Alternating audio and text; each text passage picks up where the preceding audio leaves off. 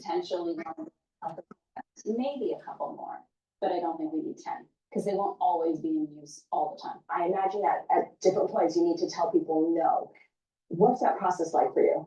Oh yeah, it's a key role in the CFO position. It is a word that most people are used to, and yet they still think you're not going to say it. From the world of politics to the world of business, Joe Matthew and Kaylee Lines deliver news, insight, and analysis live 2 times a day, every trading day. Balance of Power at 1 and 5 Eastern, only on Bloomberg. Get your fixed income fix. Watch Bloomberg Real Yield around the world right here on Bloomberg. Context changes everything.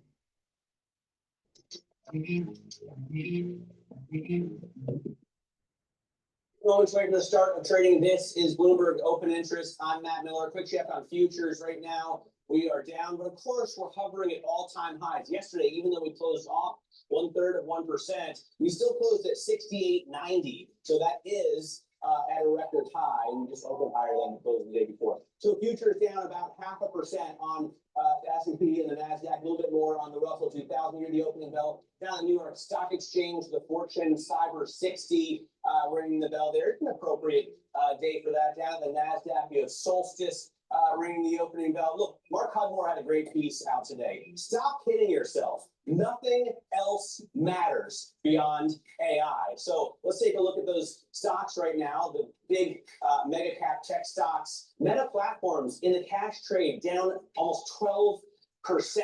So Mark Zuckerberg coming out and saying, no matter how much I spend, it's never enough. And next year is going to be more. Investors are a little bit concerned about that, obviously. Microsoft down just 2%. Amy Hood, the CFO, Microsoft also saying, like, I can't get enough supply. We have to spend more. Alphabet shares are up right now because more people are using Google Gemini. I think 44% more in the last 3 months alone. So it's really the winner in terms of momentum. Of course, it hasn't eclipsed ChatGPT yet, but they're also growing the cloud in a massive way, like 34% in terms of cloud revenue. Apple, after the bell, we're going to get the results there, and we're all waiting with bated breath. Right now, it's up 1 1/3%. For more on the tech picture, we're joined by Bloomberg tech co-host Ed Ludlow. And Ed, we were talking with Caroline Hyde about how spending just continues to ramp up, and although cloud revenue rises, it's just not a commensurate gain. Yeah, but look at the number that's green on your screen, right? Alphabet. So what we got from all of the names was capital expenditures figures. In the brinkmanship between Wall Street's nervousness on seeing return on the capex and the company's commitment saying this is our capex, only Alphabet gave us any kind of further number, and that is that they said that the revenues from products directly tied to the investments in generative AI were up 200% from a year earlier. Otherwise, the investors don't have anything to model for, right, on what the return is coming out the other side. Yeah, no, that makes sense. And for Facebook, it's especially difficult because, I mean, Caroline Hyde was just telling me that they apparently have an AI app. I didn't realize that. I use, obviously, ChatGPT. I use Google Gemini, but there's no single revenue like line item at Facebook that you could point to and say, see, it's working. Correct, and Meta didn't formally guide us on that for the next fiscal year. They just indicated that on the capital expenditures side, it would be notably higher than the 72 billion at the top end for this fiscal year. Meta's decline of 12%, by the way, puts it on track for its biggest drop since the end of 2022 on a closing basis. So, like, this is severe. But on the other hand, you know, Meta is not a hyperscaler, Matt. One of the things to understand about it, beyond investors having some kind of top-line growth guide, is that all of the investments Meta is making is also to give capacity to its teams internally. You know, advertising is still its bread and butter, but when they have new data center capacity that comes on, that's for used for training AI models or running it, they have competition from their own teams who all go to the CFO and the other executives and say, we need that capacity to make this ad product better or more effective or monetize it better. And that's a problem that's unique to them that the hyperscalers don't have to deal with necessarily. I mentioned Mark Hudmore's piece that AI is the only thing that matters. Yeah. That's maybe overstating the case a little because trade does matter, and Apple's coming out with earnings after the bell. What do we expect from the big device maker? Yeah, the first $100 billion September quarter So that could be notable. The soft or third-party data indicates that the iPhone 17 generation is tracking ahead of the prior generation in early sales. The quarter they're reporting will include 2 weeks where the iPhone 17 generation was on sale. And there is a caution, there have been years where the soft or third-party data says it's doing badly, and then Apple's earnings come around and give us the complete opposite picture. So it can go both ways.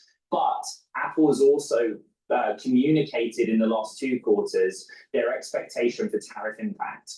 And actually it was mitigated. It was not as bad as they first guided us on, but that will be a factor in it.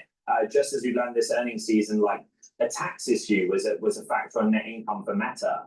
And it was for Netflix in its tax dispute with Brazil. So idiosyncratic things come up all the time. But for Apple, it's a simple story. Did the iPhone 17 do well or not in the 2 weeks it was on sale in the quarter they're going to report? And then all the big picture questions for Apple are always there and they haven't changed. All right, Ed, thanks very much. Really looking forward to your program today. Ed Ludlow, co-host Bloomberg Tech, that kicks off in an hour and 25 minutes. Let's bring back New York Life Investments.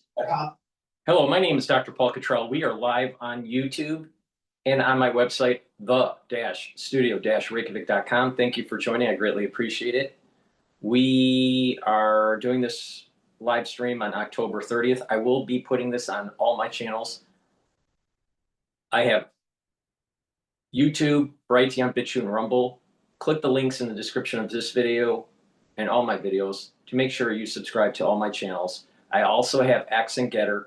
You can also follow me on TikTok, Substack, and Patreon. All these videos I do are for free to give you my perspective on the news, how to manage the markets, but also how to improve your health and wellness. If you pay attention to me, you will be able to slow down the aging process and improve your immune system. Thank you for joining. I greatly appreciate it. Please go to my store, the-studio-reykjavik.com. And if you like the content that I make, share the links, ask your social media to follow me, and you can also donate on my website through Stripe, PayPal, or Buy Me a Coffee on the homepage at the very bottom of the page. Greatly appreciate it. You can also be a paid member to my Patreon or Substack. By helping through donations and purchasing the products that I have allows me to do these videos for free. In addition, I have ebooks, supplements, and course material on immunology and pulmonology on my website. So take a look at that to help support the work that I do. Now, in terms of getting prepared for the fall and the winter season, it's super important to get prepared. And that means making sure that you get the drops and the lozenges. I have honey and lemon, cherry, and also blueberry flavor in stock. Very high quality drops and lozenges. The lozenges are in elderberry zinc. But have a few bags at your home or at work. And once you have that throat irritation, you can mitigate it by taking these structural nanosilver drops and lozenges. The moment you have that throat irritation, use them right away to mitigate the problem. It's really important to catch it early. So please take my advice, get the drops and the lozenges from my website, the-studio-reykjavik.com. Use discount 5 and you get $5 off any order. It's all caps, discount 5, and it's $5 off. In addition, it's really important to detoxify your body. And by detoxifying your body, you're going to improve your immune system, your endocrine system, your liver, your kidneys, even your brain function. So go to my store and get the zeolite. Zeolite will bind to heavy metals, toxins, and chemicals and allow you to urinate them out within about 6 to 8 hours. Take 3 small drops in the morning, drink the filtered water, do that every day, and you'll be improving your immune system and your endocrine system and your other bodily systems. Super important. Make sure you drink filtered water and stay away from processed foods. But taking this every day is going to allow you to improve your body because you're getting rid of those toxins that you've accumulated over the years. Take 3 small drops underneath your tongue and drink it with filtered water. All right, we're gonna go to Bloomberg and listen in while I cycle in the different videos. Investments. Now, some of the movers on our radar include drug makers. Merck, for example, trimmed sales guidance as growth for its main drug, Keytruda, failed to meet estimates. Eli Lilly boosted its revenue forecast as sales of Zepbound nearly tripled after price drops. That's obviously the weight loss drug that rivals Wegovy and Ozempic. Novo Nordisk offered, speaking of, to acquire obesity drug developer Metsera for at least $6.5 billion. It's higher bid than Pfizer's agreed bid in September, and well, Novo calls it superior, Pfizer calls it. Let's discuss with Bloomberg health reporter Madison Mueller. She joins me here at the desk, and this bidding war is getting pretty hot. I mean, I don't think I've ever heard one bidder call another bidder reckless. What do they mean? Yeah, it's definitely intense. This morning, it's been some juicy drama in the pharma world amid lots of pharma earnings. So there's lots going on. But Pfizer, as we talked about, really has wanted to get into obesity for a long time. Obviously, it's a red hot market. They are a huge drug maker in the United States, and they are sort of one of the ones that are not in this market right now. It's really dominated by Eli Lilly and Novo Nordisk. So Metsera is one of the obesity startups that's trying to develop a next generation drug, potentially easier to take, gentler on the stomach. You know, we've talked about these drugs have side effects like nausea and vomiting. And so it's created a bit of How much have you? a bidding war now. To say nausea and vomiting. Yeah. It's better than diarrhea. I mean, that's your copy. Okay, that's a very good point. I'm surprised that Lilly is doing so well, considering how difficult it is for patients to access Zepbound. I spent a lot of time on the Reddit forums, and they all say they've been kicked off of Zepbound because like CVS doesn't offer it or whatever, and now they have to go to Wegovy or Ozempic. Is that not a problem? It definitely is a problem, and that's a good point. And Lilly's management had actually said last quarter that they expected that decision, which there was a deal between Novo Nordisk and CVS's drug benefits unit. The best way for weight loss is to cut your actual food intake, do resistance training to build muscle, because that's going to help to burn fat, improve your metabolism, and allow you to become less insulin resistant, because what happens is when you get fat, you basically become insulin resistant and you start getting diabetes and all this stuff. And taking the Boomer Boost, Boomer Boost in the morning or during lunchtime, and you mix it with soft foods like hummus or yogurt, and that's your meal for the breakfast or for the lunch. You only do this once a day. And you do the resistance training regularly and do a little bit of cardio, maybe about 65-35 split, 65 resistance training, 35 cardio, maybe even 70% resistance training and then 30% cardio.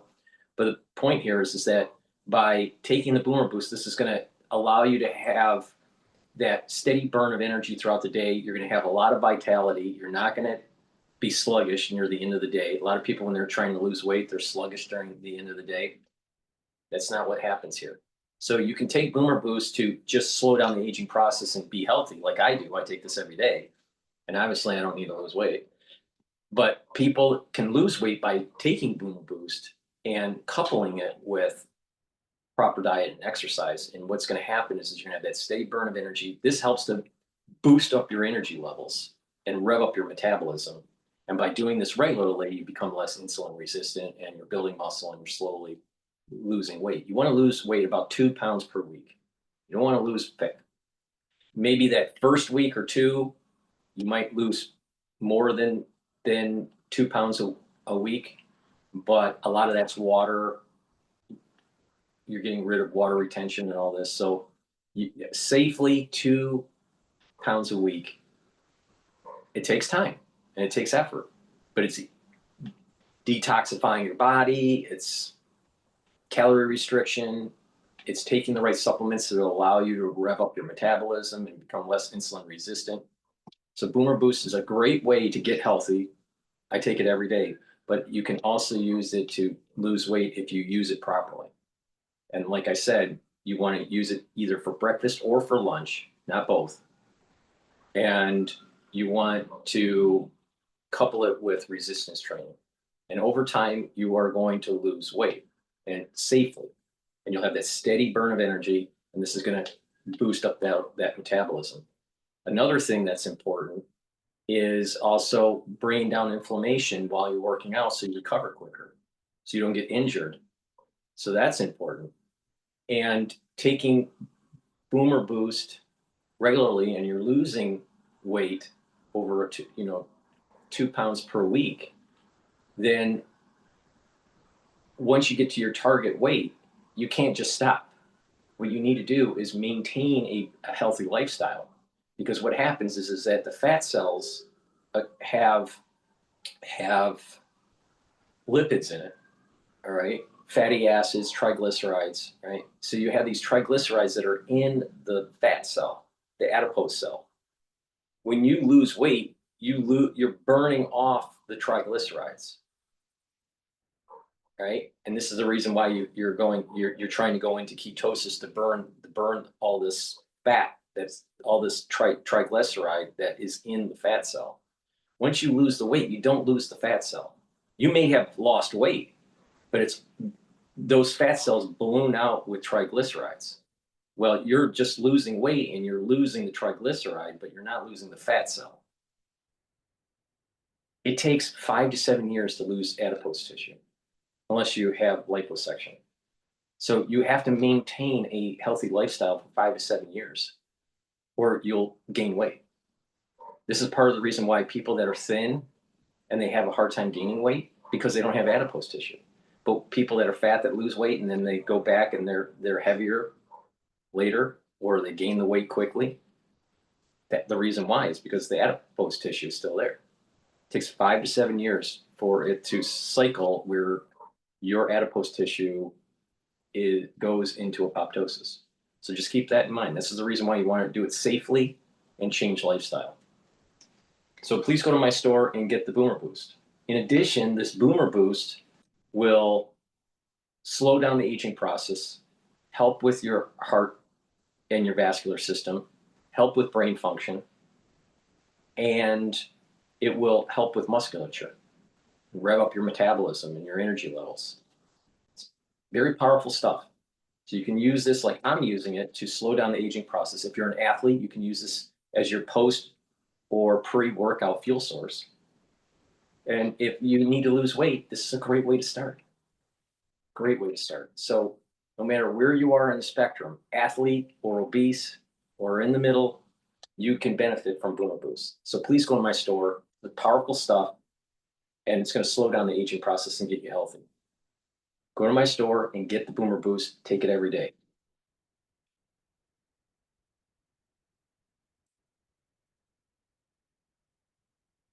News alert, President Trump is on his way back to Washington after an historic week in Asia, and the president ending his trip with the highly anticipated face-to-face meeting with Xi Jinping.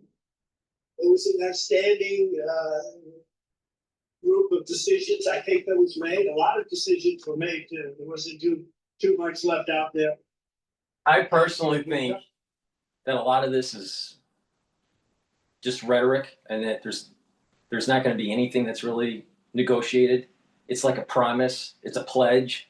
It's maybe some peripheral things, like maybe they buy some more soybeans. But I'm not so sure that this was such a great meeting like Trump is saying. I think he's old. Conclusion on many very important points. You are watching Fox I don't think so. on this Thursday morning. I'm Carly Shimp. And on Top Power, we have huge news coming right now when it comes to trade, as well as stopping the flow of fentanyl into the U.S. Here to break down some of the key details coming from that meeting is Doug Lazaire. Doug. Hey, good morning. The president said that on a scale of 0 to 10, this meeting was a 12. He boarded Air Force One overnight for the long trip home from South Korea, telling reporters along the way that the meeting with Chinese President Xi Jinping was a roaring success. I thought it was an amazing meeting. He's a great leader of a very powerful, very strong country in China. We're in agreement on so many elements. I'll be going to China in April. And he'll be coming here sometime after that, whether it's in Florida, Palm Beach, or Washington, D.C. Okay, the niceties aside, both sides really lowered the temperature, with China agreeing to buy U.S. soybeans and allow the export of rare earth elements. And while Trump said the thorny issue of Taiwan did not come up, the two sides did agree to work together on Ukraine, he said. And she acknowledged that the U.S. and China don't always see eye to eye, but the U.S. did agree to lower some of the Trump administration's tariffs put in place to get China to stop selling chemicals used to make fentanyl. I put a 20% tariff on. If your CFO wants an updated forecast, just copy last month's tab, update your drivers, and refresh all your links. Or just use data rates. It pulls live data from your ERP, CRM, and HR systems automatically. You can update your forecast. I put a 20% tariff on China because of the fentanyl coming in, which is a big tariff. And based on his statements today, I reduced it by 10%, so it's 10% instead of 20%, effective immediately. I believe he's gonna work very hard to stop the debt that's coming in. And just before the meeting, the president announced that he was reluctantly resuming nuclear tests in response to what other nuclear powers are doing. That had to do with others. They seem to all be nuclear testing. We have more nuclear weapons than anybody. We don't do testing. You know, we've halted it many years ago. But with others doing testing, I think it's appropriate that we do also. Okay, but as far as the talks are concerned, you have both China and the United States appearing to be taking a step back from an all-out trade war, and the president said that a signed trade agreement may not be far behind. Of course, we'll be waiting for that. Douglas Zader, great recap. We appreciate it. With that, let us bring in former military diplomat to Asia, Brent Sadler. Brent, based upon what we know about the details of this meeting, what we heard from Douglas Zader, give it a grade based upon the U.S. side. I'd say it's an A, and the reason for that is both sides clearly wanted the same thing, a positive beginning to a new phase of these negotiations. And I think it was helpful that they included more than just economics in these negotiations, because there's quite a lot of issues that are weighing in on this bilateral relationship. Well, just before the meeting took place, the president posted this about nuclear weapons. The United States has more nuclear weapons than any other country. This was accomplished including a complete update and renovation of existing weapons during my first term in office. Because of the tremendous destructive power, I hated to do it, but had no choice. Russia is second, China a distant third, but will be even within 5 years. Because of other countries' testing programs, I've instructed the Department of War to begin testing our nuclear weapons on an equal basis. That process will begin immediately. Thank you for your attention to this matter. The president, like I said, posted that just before this meeting with Xi Jinping started, which is no doubt strategic. No, absolutely, very strategic. And it was the only question that you heard asked on camera before the press was ushered out of the meeting. The United States, since 2010 under President Obama, has taken far too long a delay in recuperating its nuclear enterprise. We can't even manufacture the warheads that we were producing during the Cold War, and it's going to take a lot of money and a lot of time to revive that. And this testing that President Trump mentioned is long overdue, but it's also a strategic signal. And I think it's important to note that he listed both Russia and China as to why the United States is having to revive its nuclear arsenal. Of course, rare earths were a priority in these discussions. Here's the president on rare earths. Listen. The rare earth has been settled, and that's for the world. I mean, you know, worldwide. This was a worldwide situation, not just the U.S. situation. So we continue to produce the rare earths, and buy the rare earths and everything else, you know, when you see from other countries. But China is that whole situation, that roadblock is gone now. There's no roadblock at all on rare earth. That will hopefully disappear from our vocabulary for a little while. Okay, Brent, so you heard the president right there saying the roadblock is gone. Are you, though, confident, being an expert in Asia as you are, that China will no longer use rare earth minerals as a cudgel over us? I think it's important to note that there's a 1-year window in a lot of these tariff and sanction reliefs. So it's very much a trust but verify. And we'll see how things go in the near future. But I think the world, certainly allies like Japan, have felt the sting of China's use of rare earths as a political tool. And I think the Chinese will use it again, and maybe even some other corner of the market that they control, perhaps even in shipbuilding or shipping in the future. But what is also very true is many countries now are investing in the very critical refining of these rare earths. So the market is diversifying and I think de-risking an over-reliance on China refining of these rare earths. And that's a good thing for all of our partners and allies. Yeah, you know, Brent, 7 years ago in Argentina, President Trump had a similar conversation with Xi Jinping when it comes to fentanyl, asked Xi Jinping to stop the flow of the fentanyl precursors into our country, and Xi agreed, and then did nothing to change China's behavior despite that agreement. So while there appears to have been a lowering of temperatures between our two countries as a result of this face-to-face, do you think anything in the long run will really change as a result of this meeting? The only way that things will change in a meaningful and sustained way is on the issue of rare earths in particular, is if other countries in the United States develop their own ability to refine what they need in the rare earths. The material itself is not hard to get, but the refining is actually pretty caustic and produces a lot of pollution. We have to find a way to do more of that ourselves. A lot of countries are doing that. That's a good thing to de-risk this. We can't be over-reliant on China, who may be in friendly relations or tending in that back to friendly relations. They are not a friend or a partner overall. Well, it was an hour and 40-minute long meeting, and like Doug said at the top, the president said from a 0 to 10 scale, it was a 12. So he's on Air Force One, pleased with the outcome of his face-to-face. Brent Sadler, thank you for joining us this morning. I'm Steve Ducey. I'm Brighteon Channel. And I'm Ainsley Earhart. And click here to subscribe to the Fox News YouTube page to catch our hottest interviews and most compelling analysis. Please go to my store, the-studio-reykjavik.com, and get the structural nano silver soaps. You can get it in peppermint, lavender, charcoal tea tree, and also lemongrass. So get a few bars for your household. These are very high quality soaps that I use every day, but especially for the fall and the winter. It's made from structural nano silver, very high quality. You're not going to be able to get anything better over at the store that you normally go to get your soaps. So please go to my store and get those items. Another great item that is really important to take during the fall and the winter, but also year round, is the Max 35 or the Cleanse. This will help to boost up your immune system. Now, Max 35 or Cleanse, you take a teaspoon a day, swish it in your mouth, gargle about 20 seconds or so, and then swallow it. What this will do is improve your oral cavity, improve your oral pharynx, help with your mucosal lining, and help the health of the epithelial lining in your oral pharynx. Super important, especially during the fall and the winter. If you're not feeling well, or someone around you is not feeling well, take a teaspoon or two a day. Again, swish it in your mouth, gargle, and then swallow it. This is going to help to boost up your immune system and protect that epithelial lining.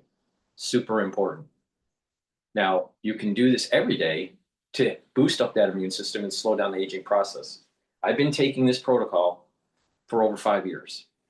So please go to my store and get the Max 35 or the Cleanse. Take it every day and boost up that immune system. Use discount 5 and you get $5 off any order.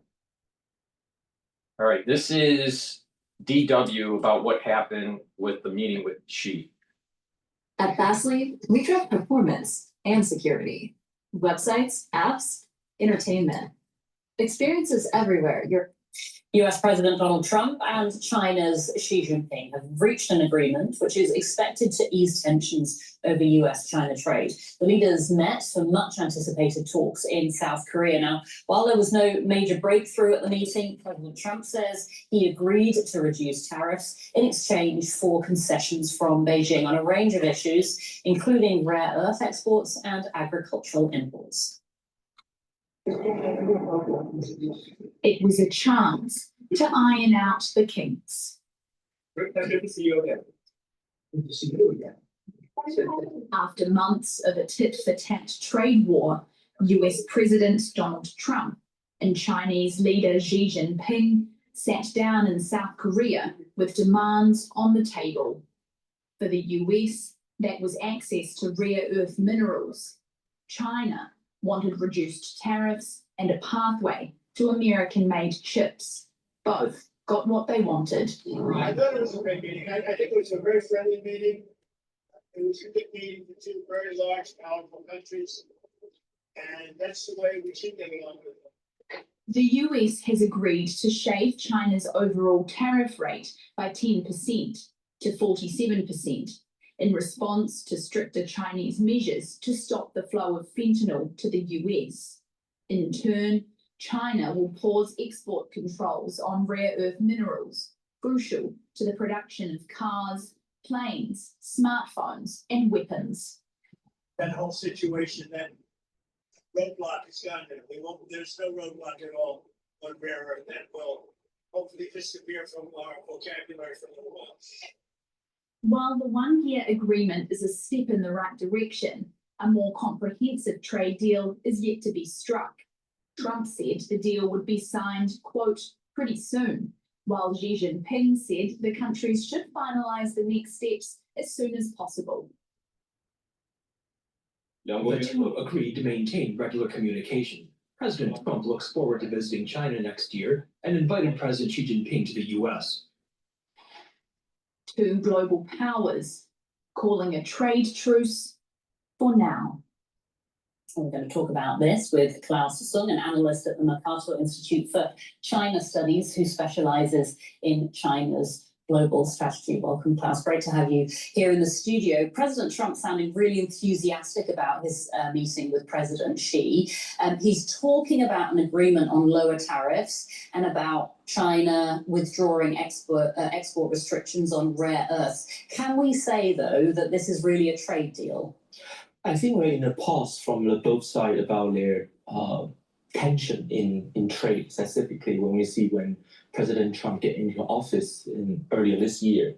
We see after Liberation Day, we see the tariff keep going on, and both sides is adding up from each side, from Beijing side and from the Washington side. So we might see a pause here, but it's not completely. It's not a complete deal. We are seeing that it's on a year review basis. We are seeing that it had a pause, and they will continue to talk about that in the coming years, and to see whether they really abiding with these, and whether we'll see President Trump or the Chinese side have different things to come up with. So they paused on the harbor fees, they paused on the rare earth export, stop buying the soybean. But is it really a deal? I think we don't see that much from the Chinese side yet. Let's talk about what China is saying. It's promising to control the export of the ingredients that make the drug fentanyl. Mm-hmm. It would lift restrictions on exporting rare earths. Mm-hmm. And as you said, it says it's going to buy more soybeans from the US. If it does all of this, what would China get in return? I think what China get in return is the reduce of the tariff to, I think, from the 57% to 47% from today, as we just hear from most media reports. But I think China need that. China need to sustain its economy and to maintain a proper external environment to reduce the tension with US. So its economy would not get harder and harder. And I think that is important for China to get in return, to stabilize the relationship, not just economic, but also the overall relationship between US and China in that sense. So this is a win for China. President Trump likes being the winner, doesn't he? We hear that a lot. So who made more concessions in the end? Who is the winner here? I think we don't see a clear winner yet on the trade deal per se, or the trade terms per se, not even a deal. But we are seeing that Trump and Xi will, at least from the Chinese side, they get in a more equal position with America, right? So in the Beijing's perspective, Beijing has the power or capability that to sit on the same table. And we're seeing that it's Trump chasing sheep. But we don't see that coming up that much from the Chinese side talking about the meeting, right? Chinese announced or confirmed the meeting very lately in a sense, rather than we seeing that, unlike Trump keeps saying they're meeting, they might be meeting, maybe not, right? We're seeing that China commit in a very firm position, a firm position that we are seeing. Of course, American having a very strong demand, as we see in Kuala Lumpur's meeting from between the two sides of negotiator. But we are seeing that China take a very stern position and are able to refute compared to other countries which give in to Trump very quickly in the past couple months. China still not yet giving in to Trump's request on tariffs. So China's in a stronger position. Would you say then that the tariff war between the US and China is over? I wouldn't say it's completely over, but it's in a pause. Right? We are seeing that they are both keeping leverage to each other. They can still apply that. Both China and US need each other in certain degree, and they are essential to each other. No matter it's a rare earth from China or chips from US, both sides want stability, but both sides don't want to give in too much.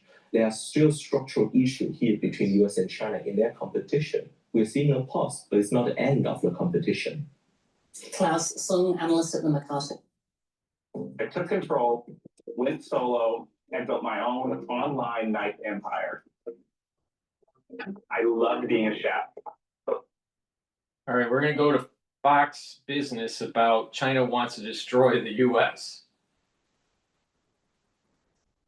Oh boy. Please go to my store, the-studio-reykjavik.com, and get the Clarity Factor. Clarity Factor will get rid of that brain fog, allow your dendritic connections to improve, so you're thinking faster, you have better memory. This will allow you to concentrate on tasks at home or at work or even at school. You should be taking this every day. Make sure you drink it with filtered water. This is a great brain stack for you to be able to concentrate. And again, you take this regularly and you drink the filtered water, what you're going to notice is that your dendritic connections are improving, you're thinking faster, and you're going to have better memory. Use discount 5 and you get $5 off any order. I thought it was an amazing meeting. He's a great leader of a very powerful, very strong country, China. We're in agreement on so many. The old guard of China. I'll be going to China in April. And he'll be coming here sometime after that, whether it's in Florida, Palm Beach, or Washington, D.C. That's President Trump en route back to Washington from his Asia trip right now after meeting with China's Xi Jinping overnight in South Korea. The president lowered his 57% tariff on China to a new level of 47%. Due to Beijing's actions in reducing the production of deadly fentanyl, the president said. Watch. Will your new tariff rate on China's goods be once you start? Other than what we originally tariffs have been exactly the same. 55%. It's about, it was 57, now it's 47. Because we reduced it by the fentanyl. Because I believe they are really taking strong action. We've already seen the action on fentanyl, and they're taking very strong action. So we reduced it 10%. The president also breaking.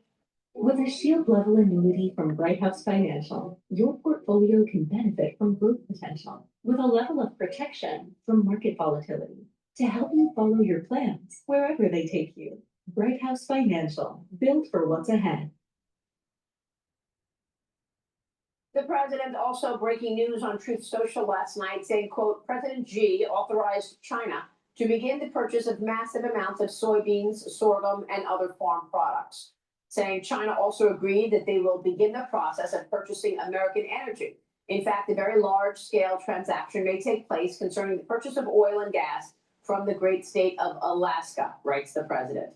President Trump said a signed trade agreement may not be far behind. Joining me now with some reaction is GETTR Institute Senior Fellow Gordon Chang. Gordon, good to see you. Thanks so much for being here. Looks like it was a successful meeting. Your reaction? Well, first of all, it's good that the Chinese are purchasing American energy and farm products. And we've seen that they've already bought a couple cargoes of soybeans. But really what we have here, I think, is essentially the United States saying that there was agreement on almost everything. But the Chinese were far more restrained in their official reaction. And I don't know if the Chinese are closer to the mark or they're trying to make President Trump look bad or both. But of course, that's got to be of some concern. When you say the Chinese are much more, it's a different reaction from the Chinese, what are you referring to specifically?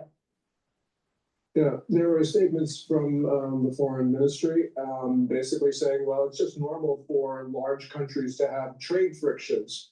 And that doesn't seem to be a sort of like there was agreement on almost everything, which is what President Trump said. We just don't know. And we will only know with the passage of time. Yeah, we don't know. And we're not sure what other issues came up. Did the president talk about the constant surveillance that China does on America? Did Jimmy Lai's name was he brought up? Was any of the undermining that China has done to America come up? Where do you find agreement there? And we don't know because we haven't seen the record of the meeting. But what would you like to see the U.S. do in terms of dealing with China in the future? Well, I like to see reciprocity. So, for instance, President Trump gave them a concrete benefit yesterday. He reduced the overall tariff rate by 10 percentage points. Right. But we have not seen concrete Chinese actions apart from the purchase of the 2 cargoes of soybeans. So, in the past, American presidents have given China benefits in exchange for vague promises of future action. And of course, the Chinese have not carried through. With fentanyl, this is Xi Jinping. He promised to end the fentanyl trade to President Obama in 2016. Xi Jinping promised the same thing to President Trump in 2018. He promised the same thing to President Biden in 2023. And yet the fentanyl continues to flow. So, reducing the rate by 10 percentage points because of progress on fentanyl, I think that that's a little premature. All right, so you want to trust but verify is what you're saying, and that will take time to verify, Gordon. Let me get your take on Congress working to close this loophole that says China has been able to get around export bans, which have facilitated the sale of our tech to Chinese firms and enabling surveillance of America. There's a new AP report out, Gordon. It says China is getting around the export bans on the sale of powerful American AI chips by renting them through U.S. cloud services. Congress has turned a blind eye to these loopholes that allow China to work around its own rules, such as cloud services, third-party resellers, and holes in sanctions passed after the Tiananmen Square massacre, Gordon. This is an AP report. Of course, China wants those powerful AI chips. Was it American technology that actually enabled communist China to surveil America? Well, yes, it certainly is true. And it's also American technology that allowed the Chinese regime to surveil Chinese. And it's the American technology that helped China in its program of genocide against the Uyghurs and other Turkic minorities. So we have the biggest names there helping China in all of these malign goals. China's openly said it wants to destroy the United States. And here we are, American tech companies doing what they can to help China. And we have the American government essentially turning a blind eye. And it's time that this end. There are bills from a number of legislators, including Chris Smith of New Jersey. We need to get behind those bills, and we need to align our actions with our ideals. Because if we don't, what we're doing is we're giving confidence to the Chinese regime that we're no better than they are. Well, these are loopholes, I think, that Congress needs to deal with. I mean, corporate America is going to do whatever corporate America can do to do business and to reach more customers. Got 1.4 billion people in China. So if it's lawful, expect corporate America to do it. Or are you looking for corporate America to recognize that this is not going to end well for them anyway? So, kissing up to communist China is not going to be a positive for their shareholders and their constituents over the long term. Yeah, as Jamie Dimon told you in that landmark interview, it's not for J.P. Morgan to determine the national security interests of the United States. He's absolutely right. And the same thing is true for Amazon services and all the rest that have been helping China. But it is up to the president of the United States, and it's up to us to pressure our president to do the right thing. And clearly right now, we've got a problem at the top. Well, look, they're the best surveillance in the world, China is, and I'm wondering why we can't compete on that level in terms of our own surveillance. When I asked President Trump about that, he says, "Oh, you don't think we do it?" So obviously we are doing it as well. But then there's North Korea firing off more missile tests just hours before the president's summit in South Korea. There were reports that say the test was conducted to potentially expand the sphere of the country's nuclear armed forces. President Trump was hoping to meet with Kim Jong-un before leaving Asia, but the scheduling did not work out, Gordon. Your reaction to that? Well, North Korea will always test in order to verify their designs and to improve them. And so they've got that compulsion. But they do time the test for maximum political gain, as we just saw right now. And clearly, this is a demonstration of their timing. North Korea has the missile that can reach all of the continental United States. So right now, we've got to be concerned that they are improving that. And soon they'll be able to make their nuclear weapons to those missiles, and their guidance will be good. They're not quite there yet, but they can put a nuke into the United States right now, in all probability. Wow. All right, Gordon, we will keep watching all of that. Thanks very much for weighing in. Gordon Chang joining us. So we're going to go now to the Daily Signal by Victor Davis Hanson about the Democratic Party. But before we do that, please go to my store, the-studio-reykjavik.com, and take this stack to slow down the aging process. It's part of my protocol, but also to boost up that immune system for the fall and winter season. Take lignans. This will help to soak up free radicals, bring down inflammation, boost up that immune system, and help with your endocrine system. Turmeric will bring down inflammation and soak up free radicals. Again, that will help with the immune system and even brain function. And ashwagandha root is going to help to control your cortisol levels and your blood glucose levels. Now, when you stack this together, what's going to happen is that you're going to slow down the aging process. You're going to be boosting up your immune system for the fall and the winter season. And this will help with your cardiovascular health. Why? Because it's going to soak up those free radicals and bring down inflammation. When you do that, you're reducing plaque formation. Because to have plaque to build up in your vascular system, you need inflammation, and what also is needed is oxidized LDL. Well, if you're soaking up free radicals at the vascular level, you have less oxidized LDL, therefore less plaque. So that's really important. By bringing down inflammation at the cerebral level, you're helping the health of your neurons. Now, like I've been saying for a long time now, if you're 40 years of age or older, you're going to know people within that cohort group, because of the aftershock of 2020, 30% of individuals that are 40 years of age or older are going to have early onset of dementia. 30%, because of the crisis that we went through in 2020. That means 3 out of 10 people. 3 out of 10 people are going to have early onset of dementia. Out of those 30%, 75% of them are going to have ischemic issues. Either basically it's poor blood flow to the neurons. Now that could happen because of microclots or microbleeding. So like a microhemorrhaging or microclots. But what happens is it slowly is killing off neurons and pushes an individual to lose memory, and their cognitive function starts to decline. About 24.5 to 24.9% of the 30% will end up getting amyloidosis, a buildup of plaque. And about 0.5 to 0.1% of individuals that are of the 30% subset will end up getting prion disease. So it's prion disease is a very small percentage. It's a third. It's roughly about 0.1 to 0.5% of 30%. Small percentage. The vast majority of the people are going to get it due to amyloidosis, and more so due to microclotting and microbleeding. So it behooves you to protect your neurons. It behooves you to improve your cardiovascular health.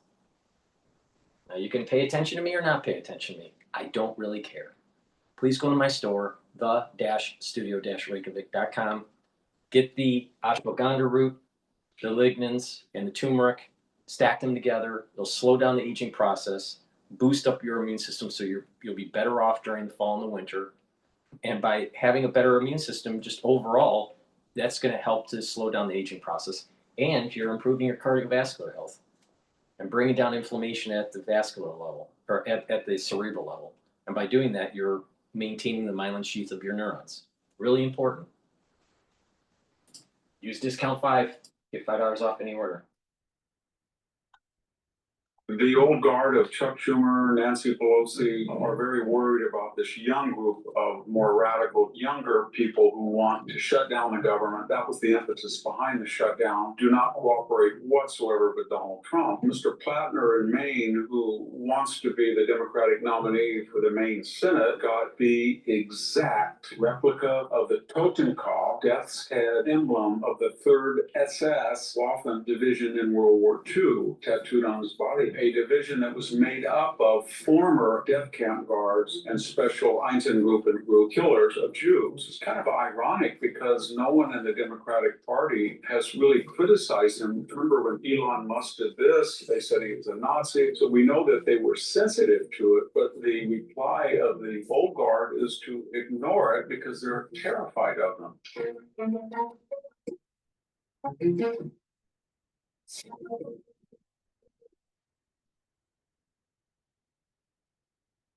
Hello, this is Victor Davis Hanson for the Daily.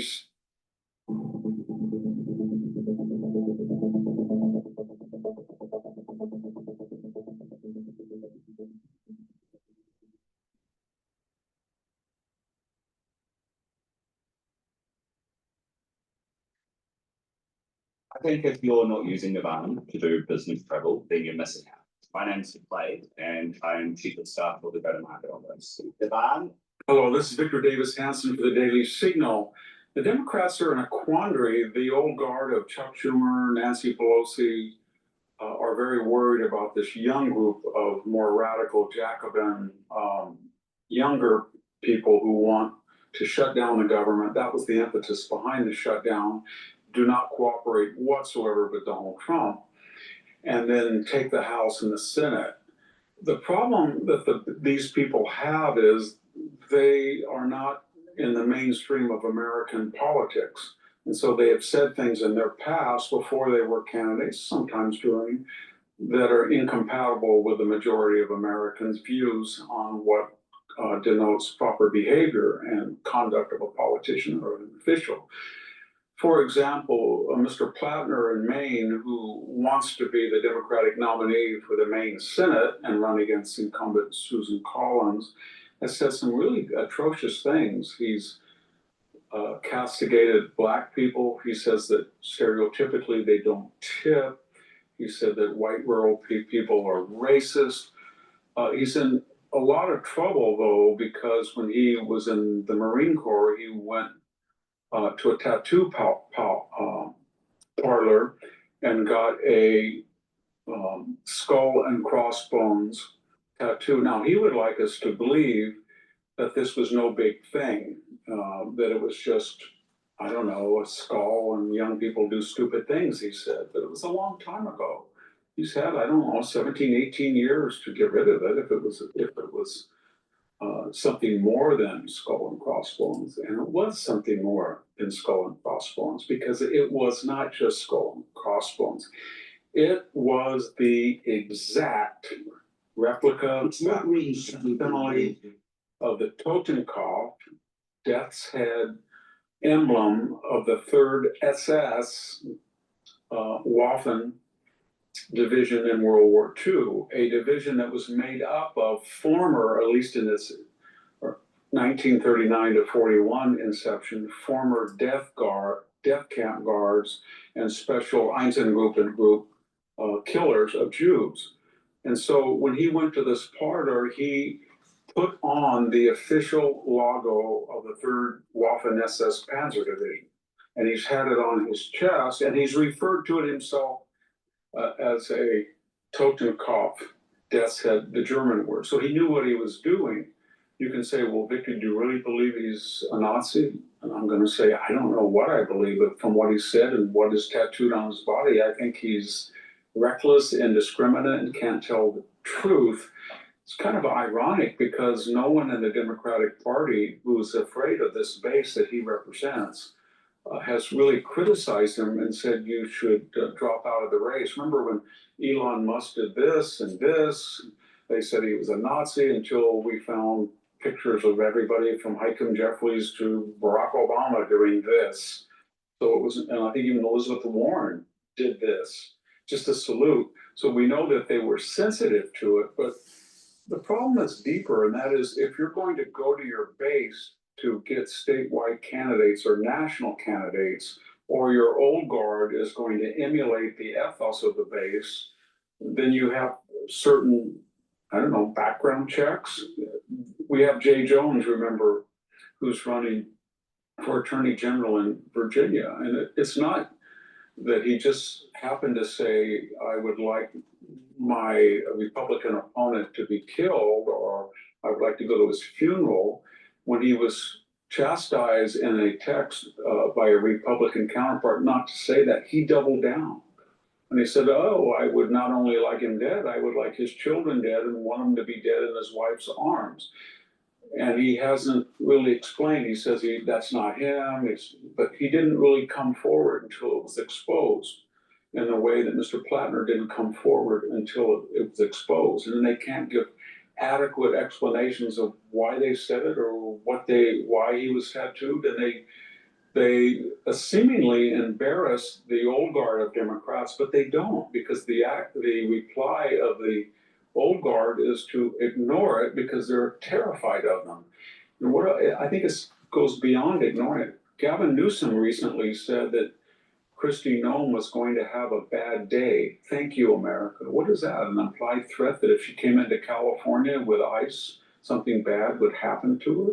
He said that he wanted to hit Donald Trump in the mouth.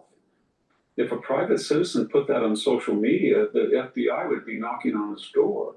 He also said he wanted to hit them in the mouth, his Republican opponents that were engaged, as he is, in redistricting congressional districts.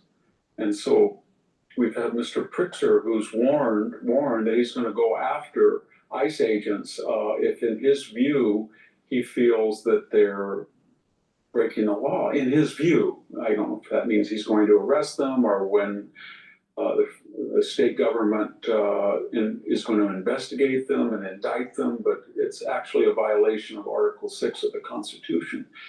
So what am I getting at is that the new Democratic Party is drawing on a base that is way out of the mainstream.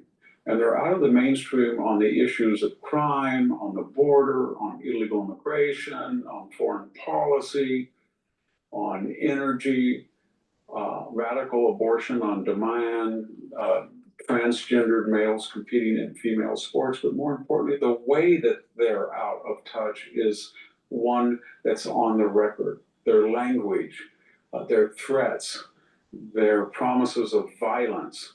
And that's not going to go away. And the problem that we're having now is this rhetoric is escalating.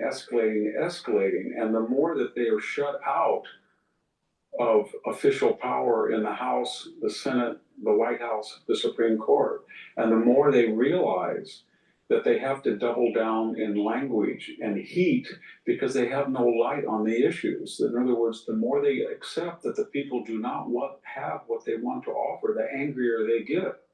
And so they are controlling this new Democratic Party, the primary system and the base of the party, and the angrier and more violent they get, the more the old guard who's on the way out but does not want to go on the way out will itself either tolerate it or double down on it. Where does this lead? At best, it leads to 20 years of the wilderness, that period, I don't know, comparable to George McGovern's catastrophic left-wing defeat in 1972, in which the Democratic Party committed suicide. They had a little 4-year blip with Jimmy Carter that only reminded people how bad they were, until Bill Clinton in 1992 came back for 8 years. He never won the popular vote over 50%, but he acted as a moderate, and he was able to win 49%, 43% in the Electoral College on 2 occasions, and he saved the Democratic Party. That would be the best scenario for them. The worst scenario is they take their rhetoric seriously, and they really do want to escalate to violence and use state authority, such as they have, to challenge the federal government. That's uncharted territory, but we know one thing: it's not going to end well. Thank you very much. This is Victor Davis Hanson for the Daily Signal. Thank you for tuning in to the Daily Signal. Please like, share, and subscribe. All right, we're going to now pivot to Times Radio, dealing with Trump's polar opposite trade tactics with Xi infuriates the Chinese. Like we care if the Chinese are upset. But before we do, please go to my store, the-studio-reykjavik.com, and get the ubiquinol. Ubiquinol will soak up free radicals, help with the health of the mitochondria, boost up your energy levels so you have more ATP so the cells perform better, and ubiquinol helps to protect neurons. And don't you remember what I said about protecting neurons? You want to do that. So please go to my store, the-studio-reykjavik.com, and get this very high-quality ubiquinol. Ubiquinol is the most bioavailable form of CoQ10. Most people that take CoQ10, you're probably taking the wrong kind. This is the best that you can get. Please go to my store, the-studio-reykjavik.com, and get the ubiquinol. The stacks also very well with C60 and clarity factor. From chewing the fat with Donald Trump and then deciding what they're going to do. His line has been decided well before he gets into the room. With Donald Trump, you never know quite what you're going to get. Now, 2 of the world's largest economies, the US and China, are on their way to a trade breakthrough after President Trump hailed his meeting with Chinese President Xi Jinping in South Korea as a great success. The summit comes 6 months after Trump slapped 145% tariffs on goods from China.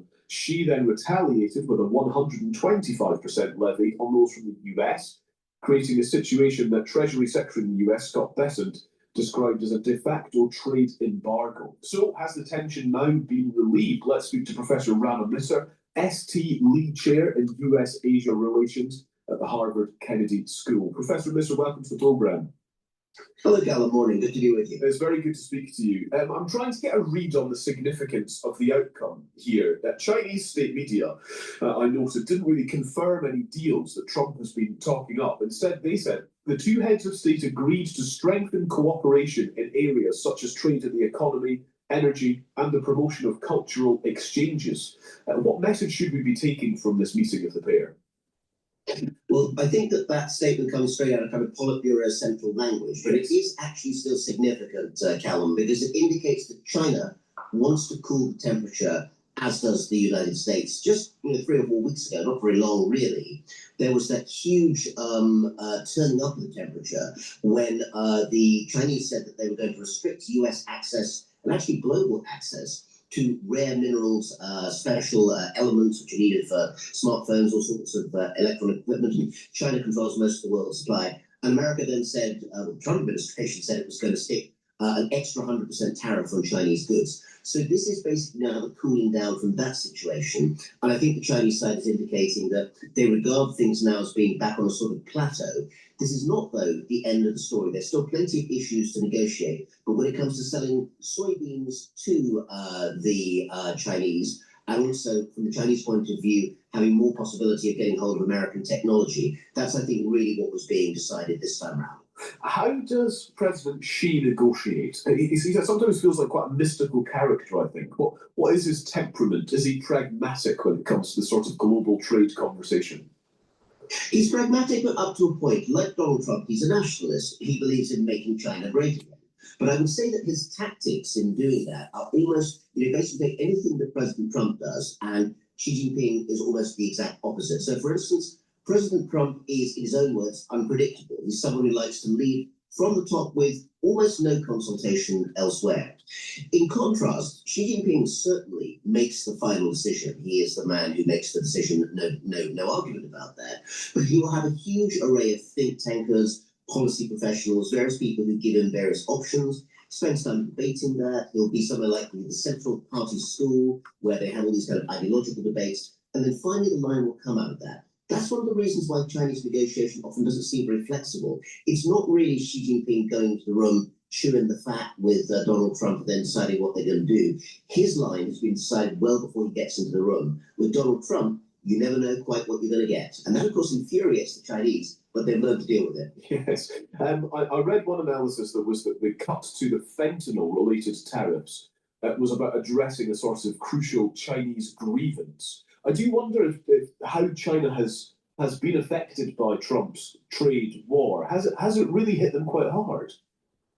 It has hit them quite hard. I think the area in which there's been the most damage is not the really big tech companies in China. People will know names perhaps like Alibaba, Tencent, of course, ByteDance, the parent company of TikTok, which of course is very famous. These companies are doing fine, mainly because they don't really actually, apart from TikTok, have that much traffic in the United States. It's the small companies, the medium-sized companies in China that produce components for things that every American will own, furniture, smartphones, clothes even. These are the things where that massive, 100, 120, 145% tariff on Chinese goods coming into the US really made a difference. But don't forget that also made a difference to US consumers, because let's say Walmart, one of the biggest retailers in America, big low-cost place, Costco would be another one, maybe something like 50 or 60% of their goods are actually sourced at some point out of China. So yes, it was hurting Chinese producers, but also it was hurting American consumers, particularly lower income ones. And so, just very quickly, Professor Visser, this isn't the end, clearly, of this trade war. There is still high percentage tariffs kind of in the air. But is this progress towards building more affordable housing is critical for our city? This November, New Yorkers can vote on an affordable housing fast track and other city charter reforms. So flip your ballot over and vote on questions 2 through 6. Franklin University makes it possible. Times don't make a break from a starting point. Set a course on a path. But is this progress towards sort of normalising trade relations once again?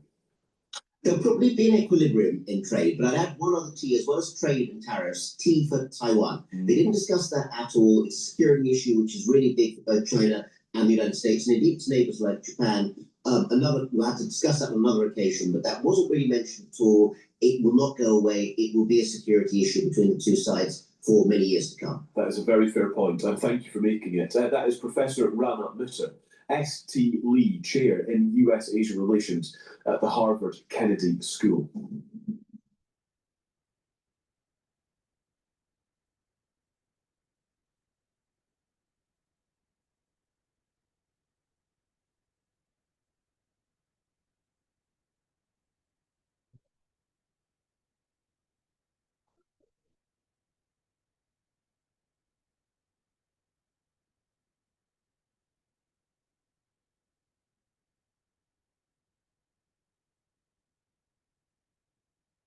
Joining us right now for a conversation on the impact of artificial intelligence on jobs, the AI bubble, the New York City mayoral race, and so much more. Andrew Yang, he's a former Democratic presidential candidate, former New York City mayoral candidate, and now founder and CEO of Noble Mobile. It's a new wireless carrier. It's a very cool idea. It's aimed to encourage customers, if you can believe this, to limit their use of phones. And we're going to talk more about that again as well. But let's start with New York, because we are getting ever so close to the actual election.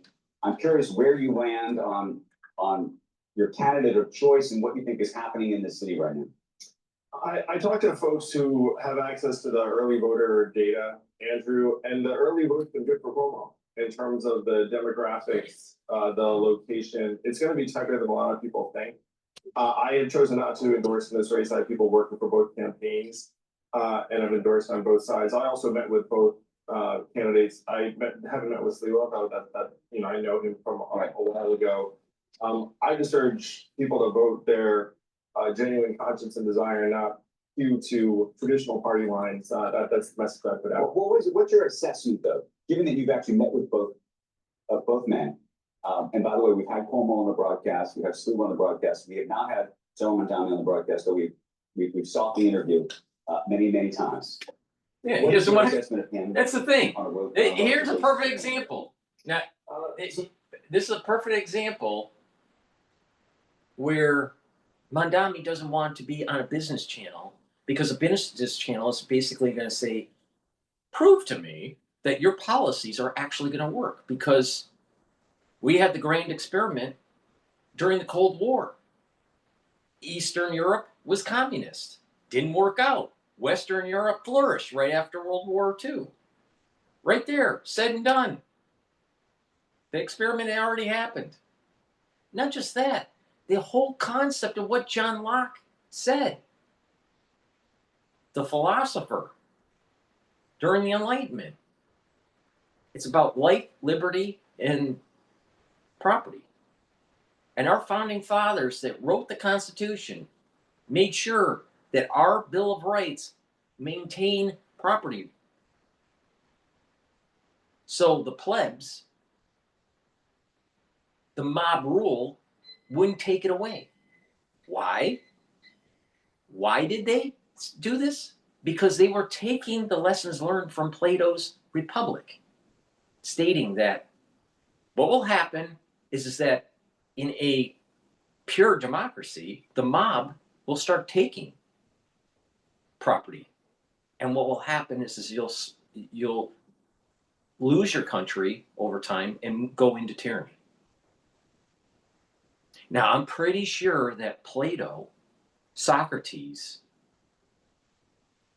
and the lessons learned in the Republic, on top of the grand experiment during the Cold War, prove positive that Mondami doesn't know what he's talking about, because he's not educated enough, because he's not paying attention to history, he's not paying attention to philosophy, he's not paying attention to what our founding fathers actually wrote in the Constitution. Marxism doesn't work. Never has.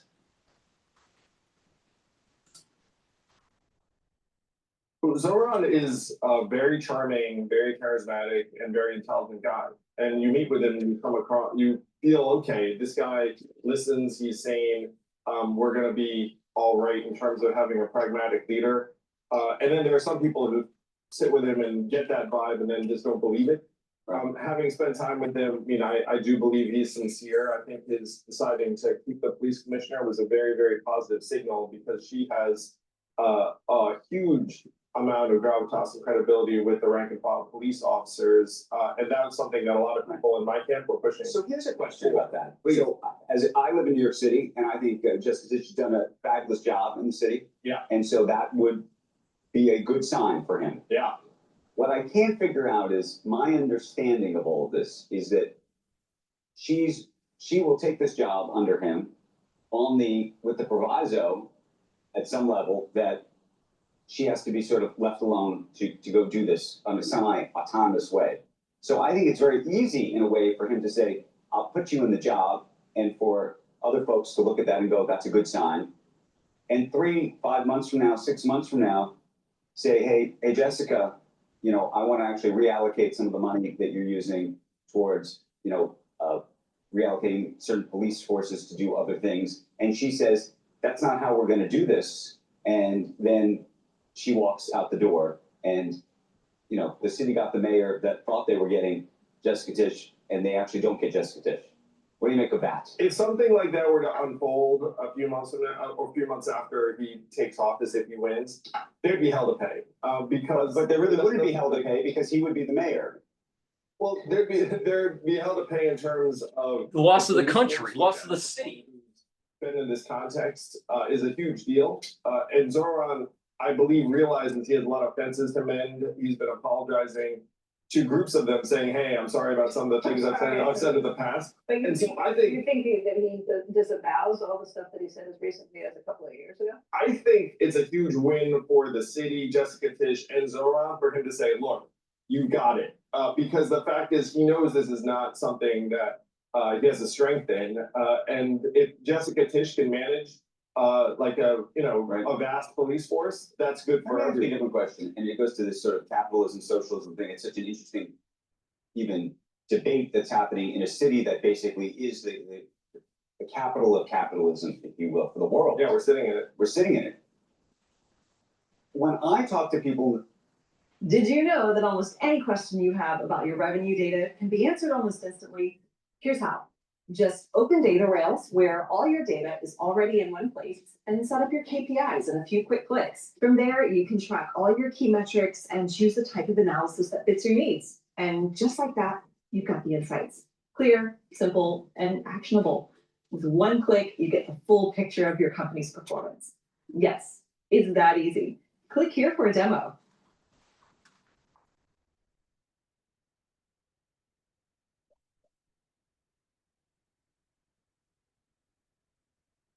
when I talk to people in the city who are voting for Zoran Mandani, they say, Andrew, he's not a socialist. You don't understand. He's not a socialist. He's a democratic socialist. It's the same thing. And I say, have It's you worse. ever seen the things that this gentleman has said, even in the past, 24 months about socialism, about the idea that he genuinely, I mean, you can go online and he literally says that he would like the government to seize the means of production. Right. I mean, the words came out of his mouth. He talks about how he wants that socialism, not democratic socialism, but socialism is his, what he is after. And the split screen of somebody who said those things, as I said, within 24, 36 months of today, and then effectively saying, I don't mean those things, I think is why there's a lot of people in the city who don't believe what he's saying. There's a bad habit nowadays, Andrew, is that political candidate will say something either in the recent past or maybe right now, and then some voters will be like, he's just kidding, and we've seen that in different contexts. I think that Zoran has been pretty clear about where he stands on being a socialist. I think. Where do you think he stands? He says I'm a socialist. I mean, I believe. And so if there's a voter who looks at it and thinks he's not, I mean, you just ask the man himself. But if you look at the polling among Democratic primary voters, socialism isn't the smear or negative philosophy that like a lot of people like you and me and Becky, and I'm sure a lot of people watching this at home, regard it as, because a lot of folks have been living in what they see as capitalism in a way that hasn't worked for them. And so I don't think socialism is like it's not hurting him with his base and a lot of. What does the early polling data suggest? Because if you look at the prediction markets, they're saying it's 99% plus that Mamdani will win this election. Right now, a betting person would say that Mamdani is on track to win, but the margin is definitely tightening based upon who's turning out to vote. That you've seen a surge of voters in the early precincts among people that are going to end up Most that's older voters. mayoral races, all right, have a low turnout. Now, you may have a mayoral race where it's coinciding with, let's say, I don't know, the presidential election. Then you're going to have a higher turnout. But that's not because it's a mayoral race. It's because it's the presidential election. So the turnout is going to be really critical here. And there's some nuances. You have a large young population that's voting for Mamdani and is willing to vote. And you have a lot of older people that are in their geriatric years, they're retired, that are upset with Cuomo because of the way he ran the state, what he did with his book deal, some of the sexism that was going on during his governorship. And what happened during the COVID years, especially with nursing home patients. So there are a lot of people that are upset with Cuomo. The question is will they be willing to vote for him to stop Mondami? I have a feeling that there will be a lot of people that stay home. So the question is the number of people that don't vote and they don't like Mondami because they're not voting, they may actually tip the scale and have Mondami come in. So individuals going to vote in New York is critical to stopping Mondami. I think if you actually asked randomly 100 people on the street, you would get an impression that Mondami is not wanted. But if you listen to these polls, he's surging, he's in the, he's leading. Now, Cuomo is gaining a little bit of momentum. But the question is how many people will actually decide to go and vote? Now, I think the early voters are going to be skewed towards Mondami because his ground game to get the vote out is much stronger than what's going on with Cuomo. But that constituency that's older, will they go out to vote? Because they may think, if they're listening to the news, Mondami's going to win, why bother? Even though they don't want Mondami. So turnout, voter turnout is extremely important on this. Extremely important. In certain boroughs. So how do you think about Cuomo? You know Cuomo. Yeah.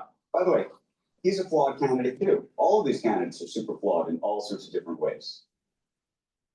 And some people are voting, that I know are voting for Cuomo, are doing it basically because they just can't pull the lever for Mondami. Yeah. And they're doing it almost holding their nose because they think of him as a flawed candidate, given a lot of the reasons that he left the role as governor. There are a lot of people in my circle who are doing the same. When I had lunch with Andrew Cuomo, he seemed like he'd grown, honestly, like spending time with him, he seemed like he matured, where if you've been through some of the stuff he's been through, you can either kind of shrink or expand. And it felt like he was in the race for good reasons. But voters are going to decide. They're deciding right now. What does this say about money in New York City? There used to be a view that if you were wealthy in New York City, you were in the real estate industry or the banking business or what have you, given the amount of donations and everything else, that City Hall was controlled by the elites. And right? I think that, I don't know, I think this is a and pushback. this is And it's the not just ultimate this election, pushback. this is what we are seeing across the country. People do not want to see over the last decade plus the elites controlling Well, things. You look at it in the media, you look at it from the voting booths, you look at it from any perspective. That's one of the things that technology has allowed is the upending of anybody controlling anything. Well, Zoran's closing ads are, New York is not for sale, to your Yeah, point. yeah. And so his message is, look, I'm going to return it to the people. And there are a lot of folks seeing that like, ooh, I like that, because they haven't enjoyed what they see as the period of elite control, which is going for, Bill Ackman, I point over here because Bill Ackman was just here recently talking about the mayoral race, made a comment online in the past, say, 48 hours, suggesting that Polymarket and some of these other prediction markets could be rigged, and that actually you shouldn't necessarily believe them in terms of how far ahead Mondami may very well be. And maybe he was saying that, frankly, to encourage folks who might otherwise not come out to the polls to vote for Cuomo to do so. Do you believe that these prediction markets can be rigged and are being rigged? I think they can be wrong. I think they can be moved by a lot of people deciding to vote in a direction with their wallet. But I think it'd be very, very difficult to rig them for something this big. Not that long ago, people might not have as keen a sense of what is predicted to happen because these prediction markets weren't there. You might see polls and then candidates. And by the way, I've been a candidate. You know what you say when the when the polls aren't going your way, you say, it's okay, like, we're gonna get some new voters that, like, the pollsters can't even find. And that generally does not happen, though it did happen for Zoran in the primary, and it's one reason why he surprised a lot of people. Assuming he does win, given that he is the front runner, what's your expectation in terms of how the White House and this administration ultimately treats the city of New York? Because thus far, we have not seen the National Guard in the streets of this city. But there is a lot of anxiety, perhaps, that we could. And by the way, we might, with Zoran Mandami as the mayor, we might with Andrew Cuomo as the mayor.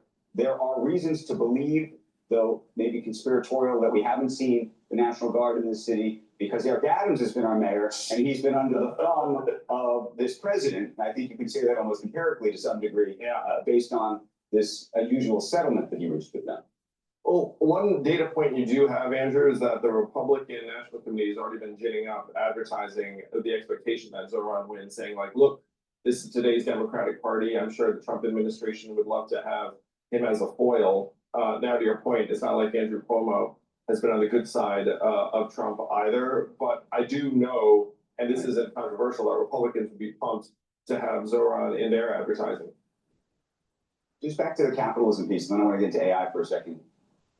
This idea that the country, and large swaths of the country, and definitely large swaths of the Democratic Party, seem to be saying, look, this capitalism system is just not working for them. And that they are apt to want to try something else. What do you make of that? And do you think that's going to be a larger trend in this country? Is this just something that's happening here? I know some Democrats and Republicans who say, you know what, let it happen because it's going to prove to everybody that it doesn't work. I don't know if that's the right path either. Yeah, we don't want to live there. No one wants to go through that period. So first, let me say, I think this is all misguided and misplaced in the sense that socialism has failed where it's actually been implemented. But I do think that the anger and frustration around this version of capitalism is going to get stronger and stronger. And it's not just a New York thing, it's an America thing. By the way, we're about to talk about it, AI is compounding that because if you believe in the American dream that your kid goes to college and will get a good job, I mean, that's going to become less likely as entry-level jobs get automated. So to the AI piece, we keep talking about, Microsoft, Meta, Google just came out with their earnings. They're spending an extraordinary amount of money on all of this. I keep thinking for them to actually grow into those earnings, grow into those valuations, they have to create an extraordinary amount of productivity. Yeah. That means that there probably has to be a lot less jobs ultimately. Yeah. And then the question is, who's going to pay for all of this stuff? Yeah, where's the revenue going to come from? Because right now the valuation suggests that revenues have to 10 or 20x pretty quickly in order to justify the tens of hundreds of billions that's being invested in computing infrastructure and AI and everything else. And that money would have to come from somewhere, either consumers or corporates. Look, AI is real. It is decimating entry-level jobs. You're seeing it from the Amazon report, from Chegg. But at the same time, I do think that there's exuberant optimism in terms of the pace at which those revenues are going to show up and the pricing power that these AI firms are going to be able to enjoy because there are several of them. Right. There's also competition ultimately from Chinese models. Hello, my name is Adam Ferrari, Chief Executive Officer of Phoenix Energy. I look forward to The U.S. president back on his way home, wrapping up a three-country tour of Asia, and he's returning with a trade deal between the U.S. and China. His final act was meeting with Chinese leader Xi Jinping as the world's largest economies appear to have finally settled a bitter trade war. The agreements included a plan to lower some of the tariffs on China over fentanyl. They also seem to strike a deal for China to buy more soybean products from the U.S. We're in agreement on so many elements, large amounts, tremendous amounts of the soybeans and other farm products that will be purchased immediately starting immediately. If I put a 20% tariff on China because of the fentanyl coming in, it's a tariff. And based on the statements that they have reduced it by 10%, so it's 10%, that's 71%. Effective immediately. I guess on the scale of from 0 to 10, with 10 being the best, I would say the meeting was well. The president says he's going back to China in April. Joining me now to discuss is Will Ripley, CNN's senior international correspondent. Obviously, we just heard from the president on Air Force One there saying he has a deal. What more are you learning about what's been agreed to and what kind of difference it'll make in the kind of tariff structure as it is right now? Yeah, it was certainly a whirlwind from the time President Trump wrapped that meeting to Xi Jinping. They raced essentially to the airport, got on Air Force One, took off, and then the audio of that gaggle with reporters started coming out, and it was all of these major headline-making announcements that the trade war may be over, that they may have finalized a deal. You heard the president talking about the soybeans, you heard the president talking about tariffs, and the most contentious issue, rare earths. China basically controls the mining and processing of these components that are used to produce the semiconductors that power all of our most advanced tech around the world. And China's had these export controls on rare earths. President Trump said that issue has been resolved. And within hours of that, China's Commerce Ministry also put out a statement saying that they will be loosening up the export controls that they put in place as a direct result, they say, to U.S. action in this trade war. Here's more of what President Trump said on Air Force One. I think pretty soon we have not too many major stumbling blocks. We have a deal. Now, every year we'll renegotiate the deal, but I think the deal will go on for a long time, long beyond the year. We'll negotiate at the end of the year. But all of the rare earth has been settled. There's no roadblock at all on rare earth. That will hopefully disappear from our vocabulary for a little while. And obviously, as you know, the devil's in the details, and there's probably still a lot that needs to be put down on paper. The black and white, the documents, that all needs to be reviewed. President Trump saying that he may be traveling to Beijing in April, which would give teams on both sides, both in Washington and Beijing, about 6 months to get the details of this sorted out. But it does seem to be welcome news, at least on the surface, based on the headlines that President Trump has been making with his statements and the bits of information that are trickling out of China. But we need to follow through and see how this actually all shakes out. But it is for just over 24 hours on the ground here in South Korea. Certainly a lot of movement made, not just on trade with China, but also trade here in South Korea. President Trump saying that he has finalized the framework of a deal with the South Koreans as well. So a lot of progress made on the ground here. We'll see if it all sorts out in the end. And CNN's Will Ripley, thank you so much. I think we've already. I don't know. I just don't feel out of this meeting with Xi that much was accomplished. I just don't feel that it's concrete. I think it's kind of sloppy and rushed. Things, and we'll agree to some more right now. But President Xi is a great leader, a great country, and I think we're going to have a fantastic relationship for a long period of time. Given our different national conditions, we do not always see eye to eye with each other. And it is normal for the two leading economies of the world to have frictions now and then. Now it seems some of those frictions have been eased. On Air Force One, President Trump announced a deal to lower tariffs on China over fentanyl. China also agreed to lift export controls on rare earth minerals, at least for 1 year, while also agreeing to resume purchasing U.S. soybean products. Historically, China's been the #1 buyer of those exports. And this year didn't buy any. Joining the group chat now to talk about this, David Sanger, CNN political and national security analyst. He's also the national security correspondent for the New York Times. Welcome to the chat, David. We're bringing you in because you've been doing a lot of writing about this. And I want to start with the deal because there's the top line and then there's like what actually was accomplished. Other than this deal for soybean farmers who were upset, what was actually accomplished here? You know, I think the best way to think about this, Audie, was that the president's won another ceasefire. He created a crisis by putting in the tariffs. The Chinese responded by cutting off rare earths, ceasing the purchase of American soybeans, which they knew would create huge political pressure. He's basically reset the clock to January. But the remarkable thing about this was what wasn't in their announcements. I mean, you think about what we've just heard in the past few hours. And this is the first time these two have met in 6 years. Obviously COVID got in the way of, Yeah. of a good bit of that. China's got the fastest growing nuclear capability. It's got technological competition with us in artificial intelligence and semiconductors. There's the TikTok issue. There's Taiwan. We've heard about none of that. Yeah, which by the way, TikTok, just because there's a lot of creators out there watching this, who's gonna control the algorithm if a sale goes through? Well, the US in its previous discussions, a few weeks ago, said that over time, the US would create its own algorithm based on the TikTok model.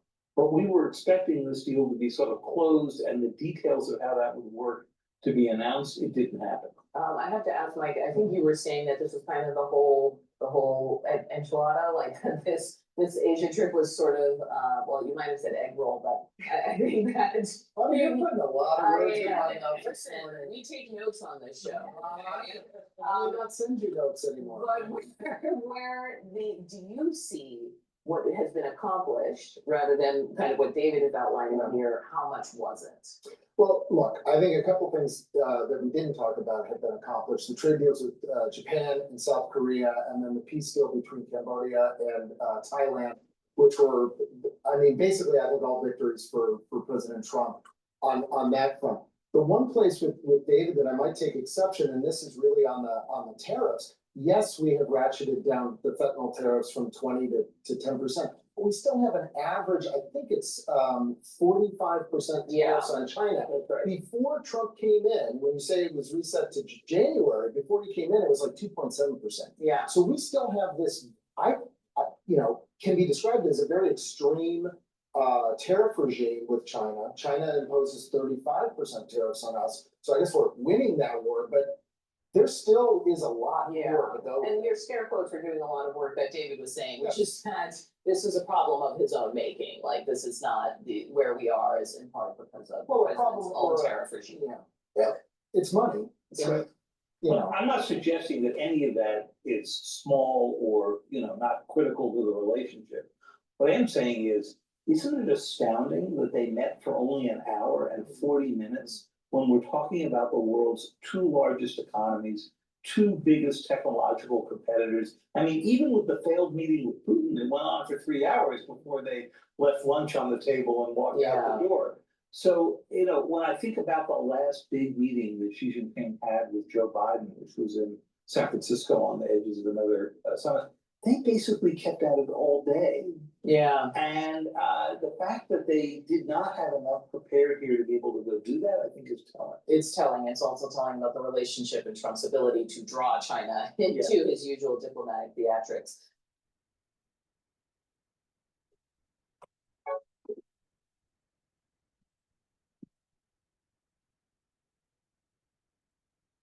All right, now we're going to talk about the ballroom on the hill. You ready? Yeah, come on, let's go.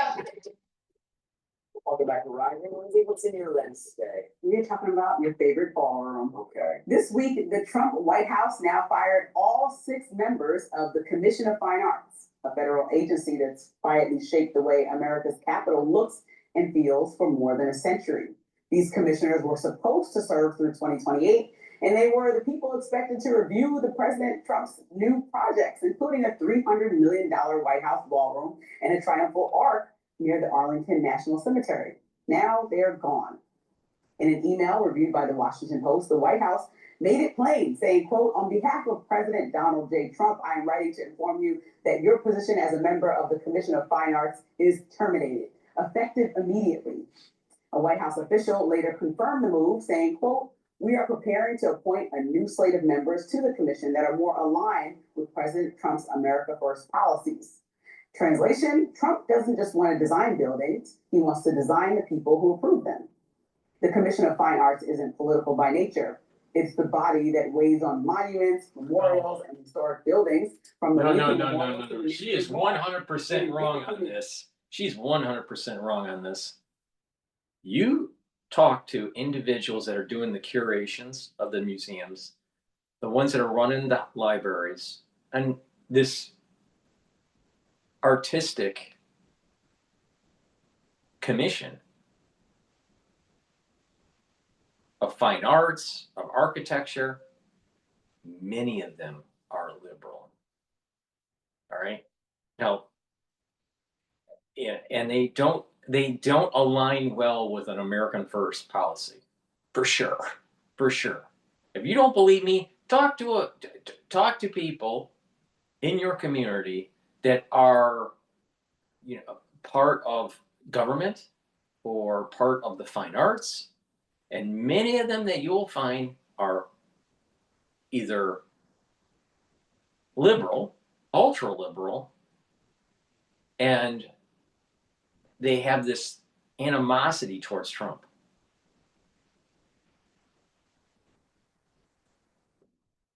Now, to say that Trump doesn't know how to build stuff, I mean, you just haven't been paying attention for the last 4 decades. He knows how to build stuff.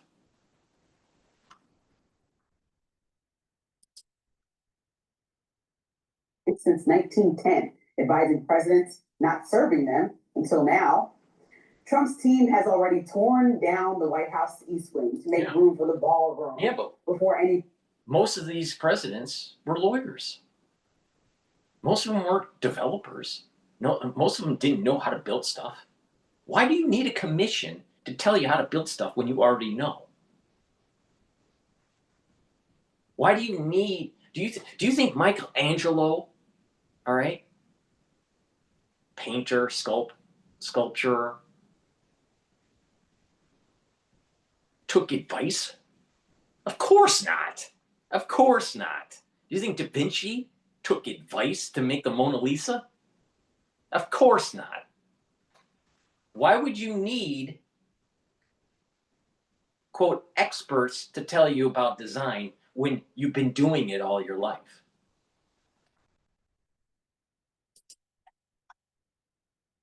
Formal review could even take place. One fired commissioner named Bruce Becker said his group would, quote, look forward to a full review of the plans for the new structure that will replace the East Wing. Well, now he's been terminated. If this feels familiar, it's because it is. President Biden also fired Trump appointees from the same commission in 2021, and critics accused him of politicizing the arts. But here's the big difference. Biden was not preparing to build a ballroom with his name all over it. Trump's firing spree also extends to another key body, the National Capital Planning Commission, where his allies now hold the majority. That board will likely decide whether the ballroom gets approved. In other words, Trump now controls the referees and the field. Now, this isn't just about art or architecture. It's about legacy and who gets to define it. When you control how Washington looks, you shape how history remembers you. And that's the real story here. The man who once promised to, quote, drain the swamp is now redesigning it in marble, gold, and his own reflection. Well, I'm glad you pointed out what I was going to point out, which is that Trump fired the members of this commission because Biden had fired Trump's members of the commission, and so now Trump fired Biden's members. So there's nothing unprecedented about this. If Trump wanted to come in and fire them first thing, do it 9 months ago. But to announce the ballroom and do it while the first person just vocally said, "Oh, we look forward to reviewing these plans," that looks like you're retaliating. Like, "Oh, wait, I can do this too." Biden did it. Biden let them go, but didn't have. Because he was more worried about trying to stop the war in Ukraine and the war in Gaza.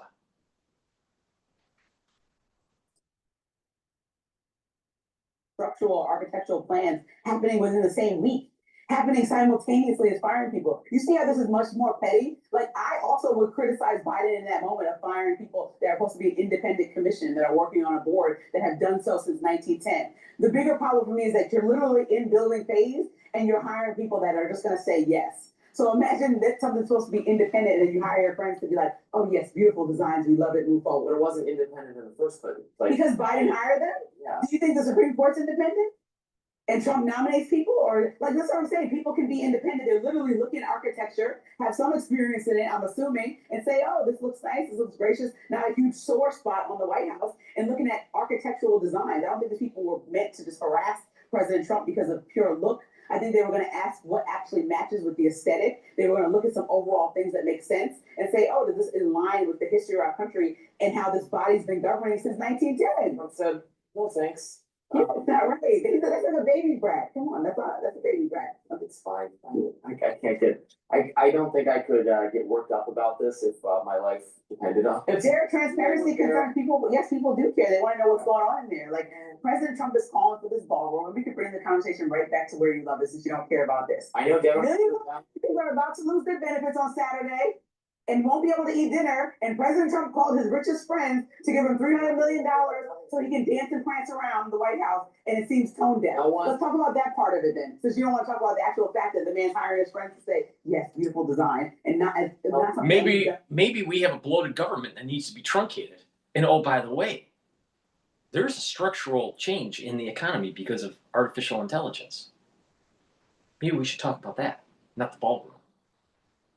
And oh, by the way, Trump asked Barack Obama, hey, let me build the ballroom. I'll do it for $100 million. I'll pay for it. That's what he said. Barack Obama said no. It would have been cheaper back then to do it. What was wrong then?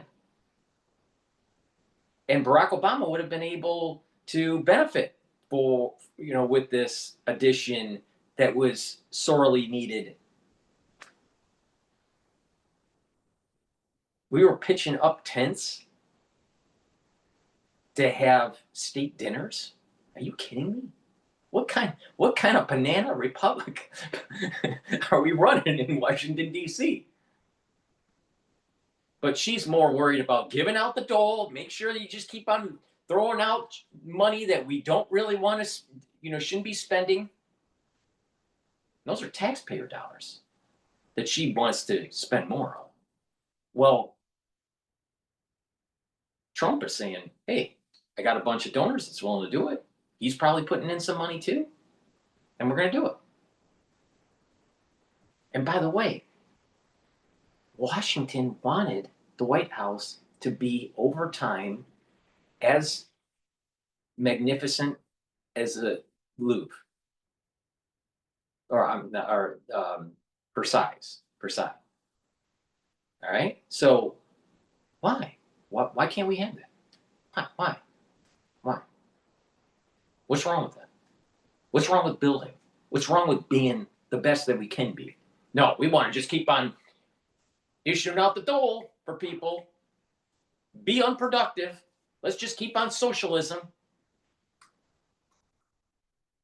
This is the mentality of a liberal.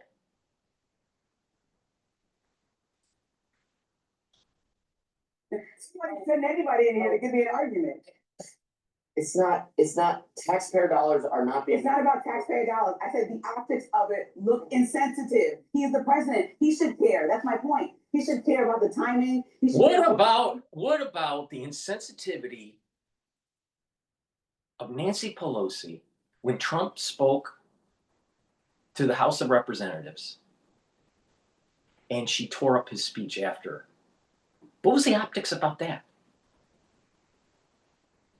Did you think that was more important to talk about than building ballroom? Because what Nancy Pelosi was showing was disrespect to the president, disrespect to the executive branch, and disrespectful to the American people and our Constitution. And it was emblematic because when she tore that up, when Nancy Pelosi tore that speech up at the end, what that was showing is that the Democratic Party is about destroying this country and not helping it forward. I mean, think about it. Does the Democratic Party look up or look down? Do they have an exploring nature? Do they have an exploring ethos? What is their end goal? What is their telos? What's the end goal for them? The end goal is for collectivism. And when you have a collective mentality, you have less incentive to strive for better.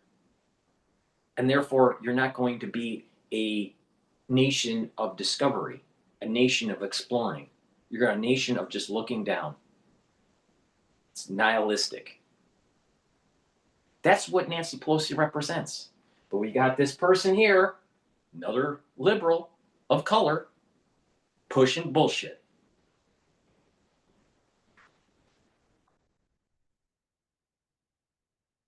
Then drink the entire Oval Office in gold. Is it looking sensitive to foreign dignitaries when their staff, the people they come, have to use porta potties and have to stand on the grass during? We're talking about deluxe porta potties, okay? The White House party, we're not too. They'd like to build up the, I'm sure they're very nice. We're building. The White House parties looking terrible. They were very nice parties. You've seen They're gonna be pictures. even nicer because we're gonna have a nice. But the moment didn't call for it right now. Ballroom. The moment didn't call for it. We've only been a nation for 250 years. The moment hasn't called for it. When are we going to have a ballroom, lady? We'll always find ways to make sure that the money is flowing to a welfare mama. But let's not have a real ballroom. Let's have a tent ballroom for the executive branch.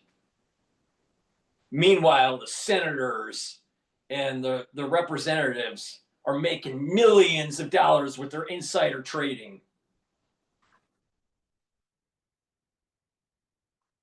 Where's the uproar in that? Oh, that's dealing with Nancy Pelosi. How does Nancy Pelosi become a 100 millionaire? 100 million, not millionaire, 100 millionaire.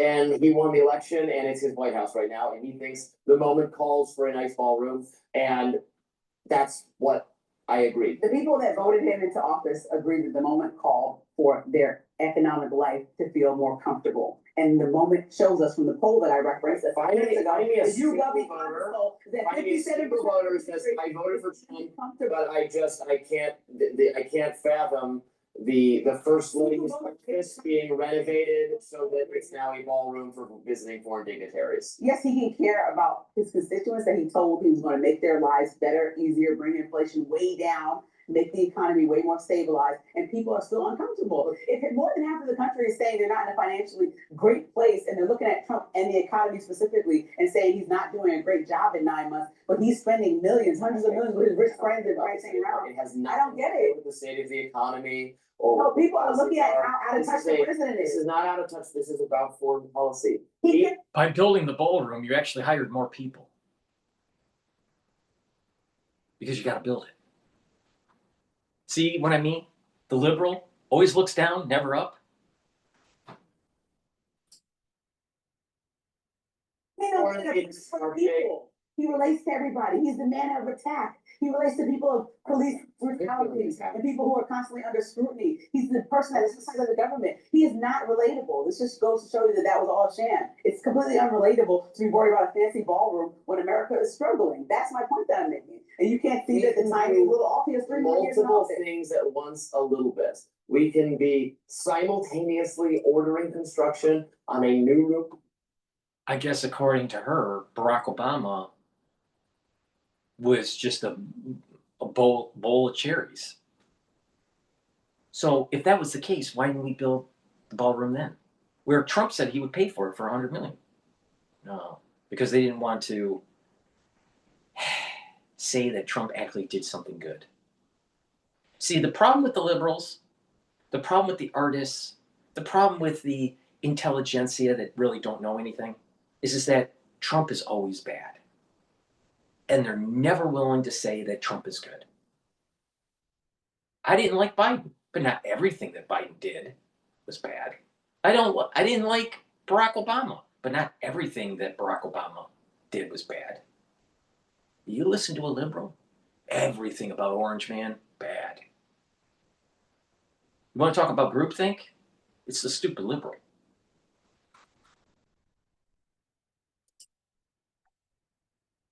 White House and also working on a couple other projects. Like this is not just the only thing. It's not all of the Trump agenda is on pause while a ballroom is being built and no one cares. The only people who care about this are mainstream media, liberal Democrats, hair on fire, Elizabeth Warren types.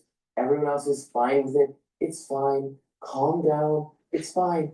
It's fine. He can't, fine. you're right, he can do two things at Fine. once, but the problem is that he's not doing two things at once. Fine. He is not making the economy more easy to maneuver Fine. for the American public. He is putting tariffs forward that are making it harder to afford things as we hit Christmas and Thanksgiving. Just let's take away the tariffs so we can buy gifts for Christmas. What about using tariffs as a means to bring back our manufacturing? What about using tariffs to stop the labor fucking arbitrage that has been happening for the last 35 fucking years? Why don't we shine a light on the Clinton administration on how they gutted our manufacturing and made us less economically prowess, and our military doesn't have the same means of production to maintain warfare. Let's talk about that. No, they don't want to say that. Let's talk about the over-reliance of issuing debt, where it's created $38 trillion of debt in the United States, and has caused major problems with our deficit, where $1 trillion or more is paid for just interest on that debt. Big problem. So you want to talk about inflation? Inflation is because of the $38 trillion of debt. Brought to you by Keynes. Brought to you by the ones that worship Keynesianism. And that's the ultra left.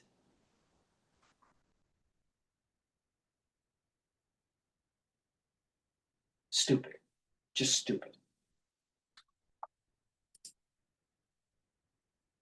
Time with their family leisurely, spend leisurely funds. He's not doing two things at once. He put the big beautiful bill forward, which raises our debt, and supported that. He is not doing two things at once. So name the second thing that he's doing, aside from spending hundreds of millions of dollars. He is not keeping. Get the country moving forward. Bring back manufacturing. Our debt to GDP ratio will go down. We'll have more economic clustering and a industrial renaissance. But liberals don't understand this because they don't know how to make anything. They don't know how to design anything. They're either get degrees in gender studies, get degrees in law, maybe, some sort of humanities degree. Do they really know how to make a business? Do they really know how to make things? Do they know how to push the society forward? No. The Democratic Party used to represent the working class. Now it's all wine and cheese bureaucrats. That's who they represent. And this is the reason why Trump won. Stupid liberal.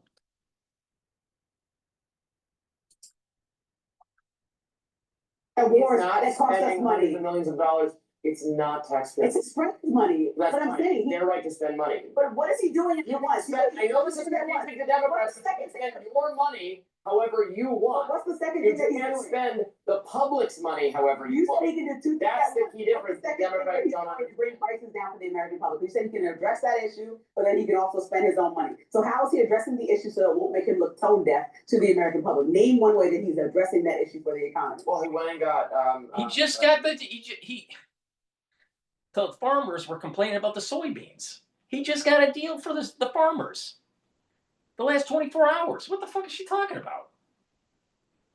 What is she fucking talking about? If we didn't pass that bill, our taxes would have been up.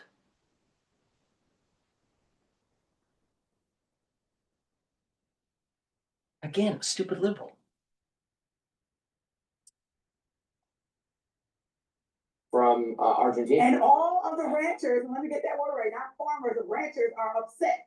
Well, okay? The Ranchers Association spoke up and said, please don't do this to the people that voted for you. So tell me again. Right, but we're not going to be stopped by the pedestrian concerns of one little constituency. We are going to lower prices for everyone.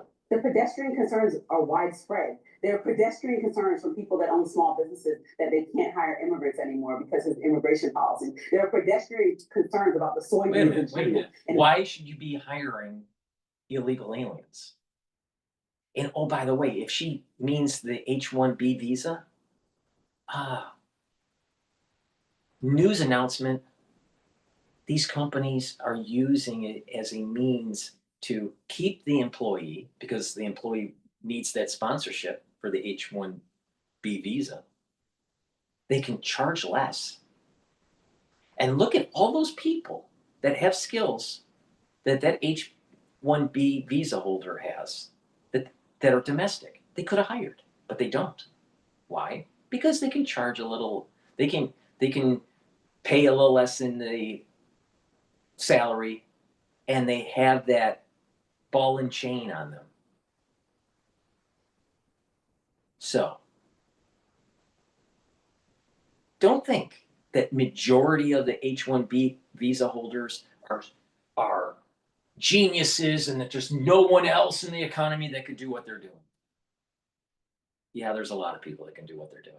It's very, very, very rare where you're going to have like an Oppenheimer. All right? So let's stop the BS.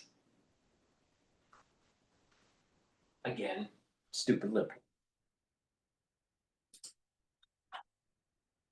He's doing with tariffs Deporting over illegal there. immigrants There is are the strongest pedestrian issue. concerns across. I know, but he's killing the economy with his policy. So tell me the two things that he's doing at once. While he spends $300 million, what is he doing to make it more easy to live of his own dollars, let's say, or his friends' dollars? What's he doing to make everyday life easier and more affordable for the Americans, like he promised on the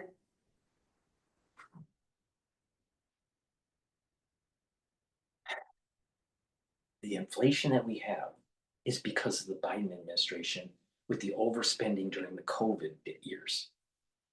That's what's happening. And Janet Yellen and Chairman Powell over at the Federal Reserve decided to say inflation during Biden's administration was transitory, and it ended up being non-transitory. And so they were late to trying to stop it because they stated something that was politically expedient, but economically damaging. So this whole inflation, even though we are seeing higher prices during Trump's administration, is a cause of poor policy by the Federal Reserve, by the Treasury Department, and by the Biden administration during the COVID years. That's 100% positive. Now, Trump said that he was going to bring down prices. In some cases, prices have gone down. Eggs and milk have stabilized. But the thing is that there are other parts of the economy that haven't. Now, part of that is this is the realization. You can't keep once inflation is set, and a new price level has been created because the erosion of money. The only way to bring down the absolute price of goods and services is either create more competition, create goods that are better, that people will shift to, increase the supply, right? So using market dynamics to bring down the price. Another way is to actually increase interest rates by the Federal Reserve and force a deflation. That's another way to do it.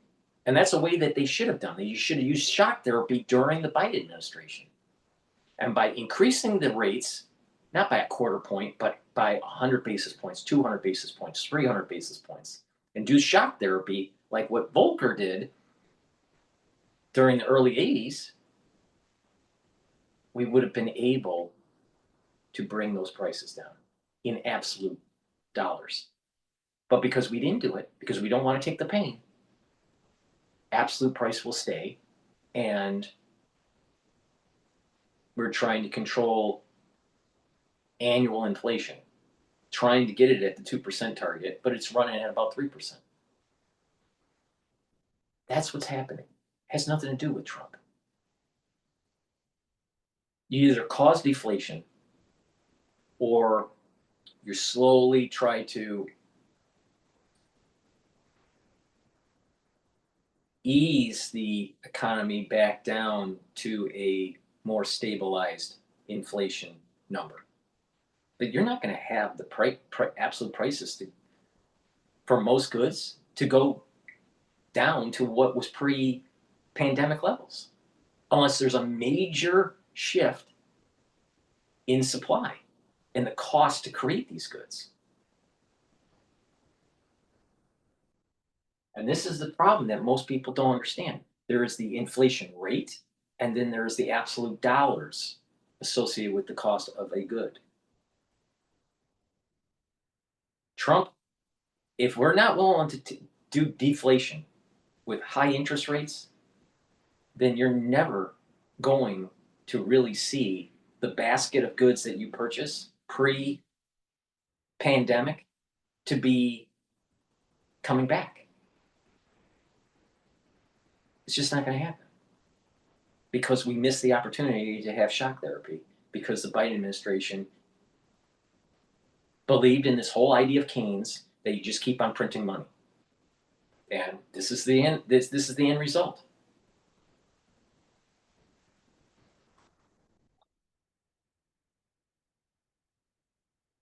Cottrell. He is the deal maker, the great negotiator, and the businessman who understands how to make life more affordable for you. How is he doing that? I've named several ways that he's not, and I just want to clarify the two things that he's doing at once. Too exhausted to continue. Wrap there. Coming up, the U.S. has stuck yet another alleged drug-carrying vote, and the Democratic congressman's comments about it are raising eyebrows. Stay with us.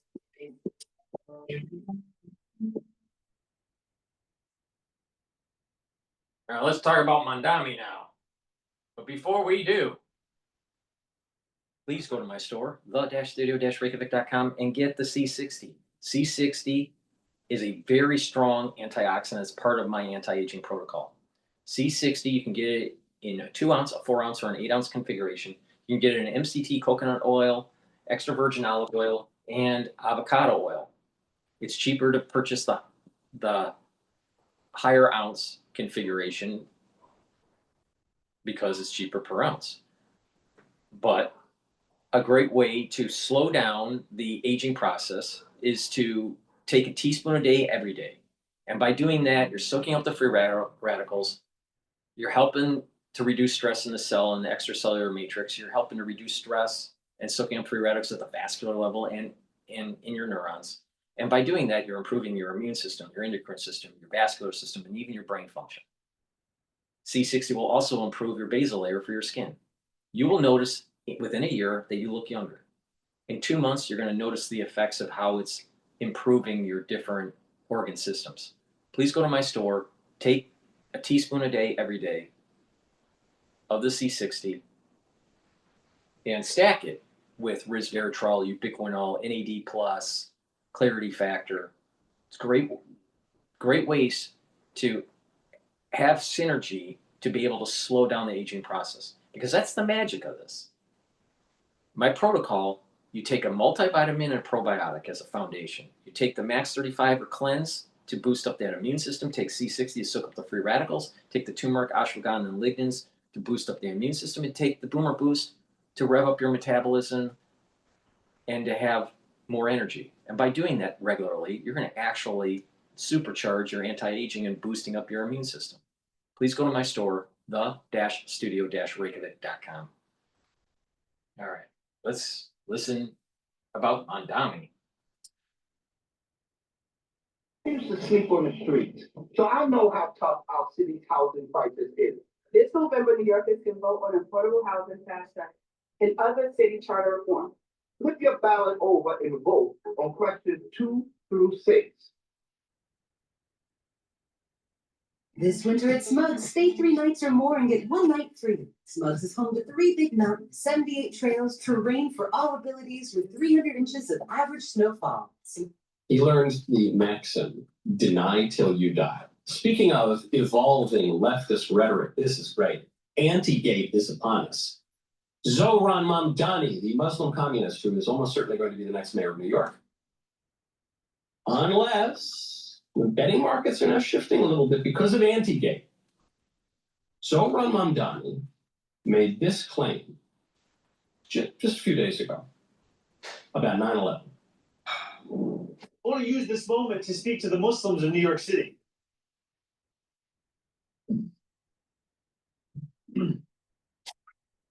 Oh, he's so choked up.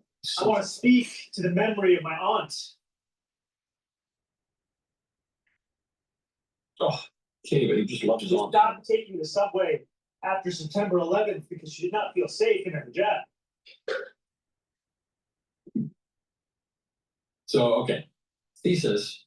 The real victims of 9/11 were Muslims who felt a little awkward in New York.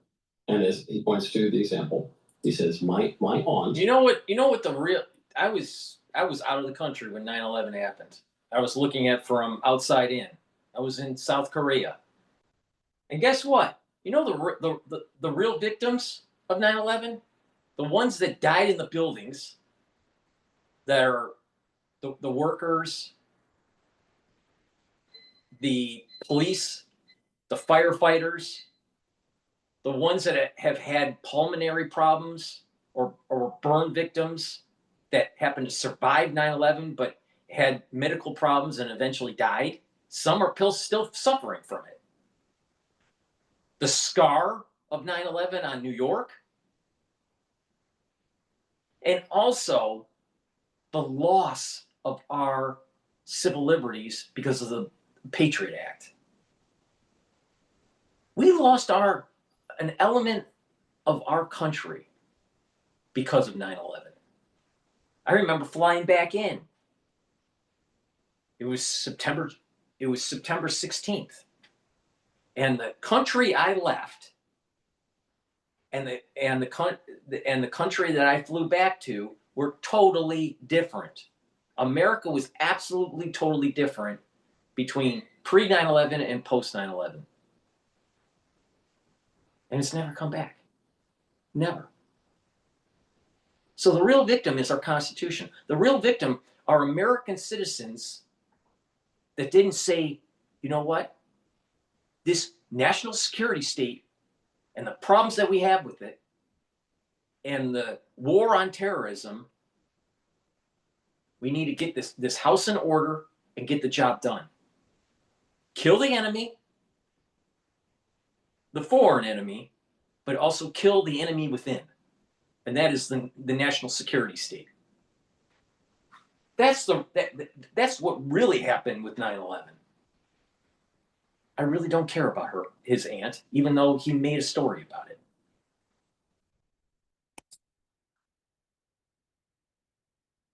She wore a hijab, and she stopped taking the subway because she felt uncomfortable in her hijab. Okay. So the sleuths on the internet did a little fact check.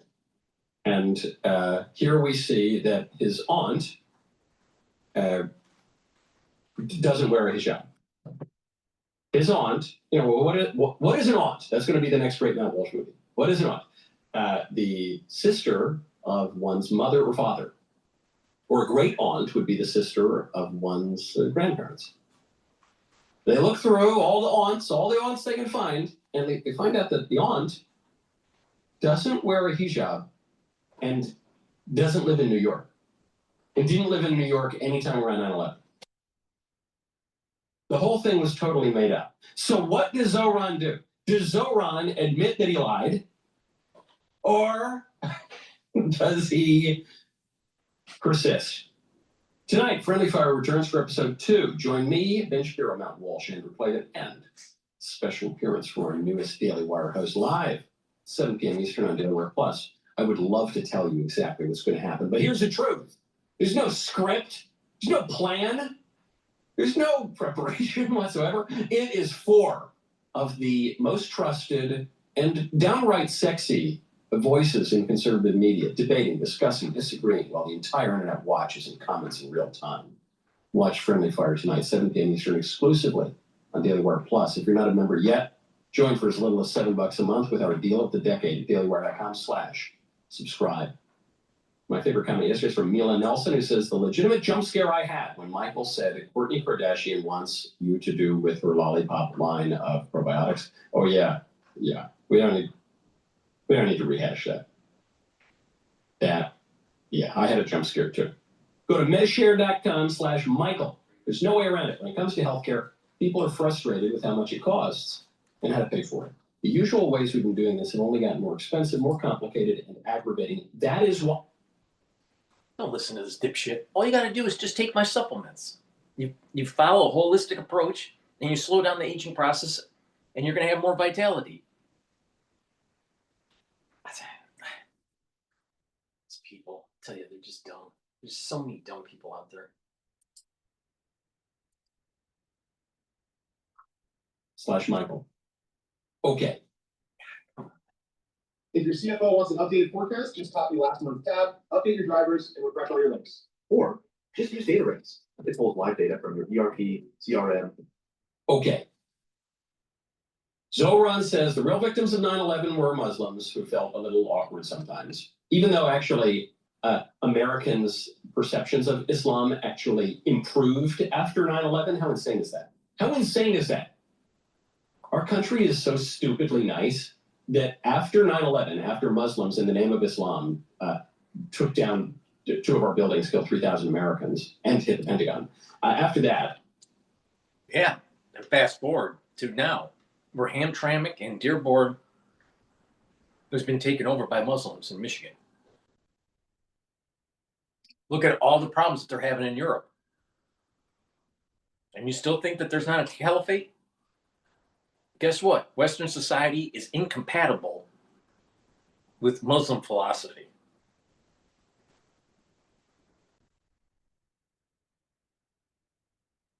We liked Islam more. We took in many more Muslims. Anyway, he says we became so Islamophobic that my aunt felt awkward wearing a hijab on the subway. Then we find out the aunt doesn't wear a hijab, didn't live in New York.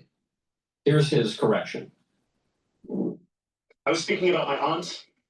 I was speaking about Sarah, who, my father's cousin, sadly passed away a few years ago. And for the takeaway from my more than 10-minute address about Islamophobia in this race and in this city to be the question of my aunt tells you everything about Andrew Cuomo and his inability to reckon with a crisis of his own. My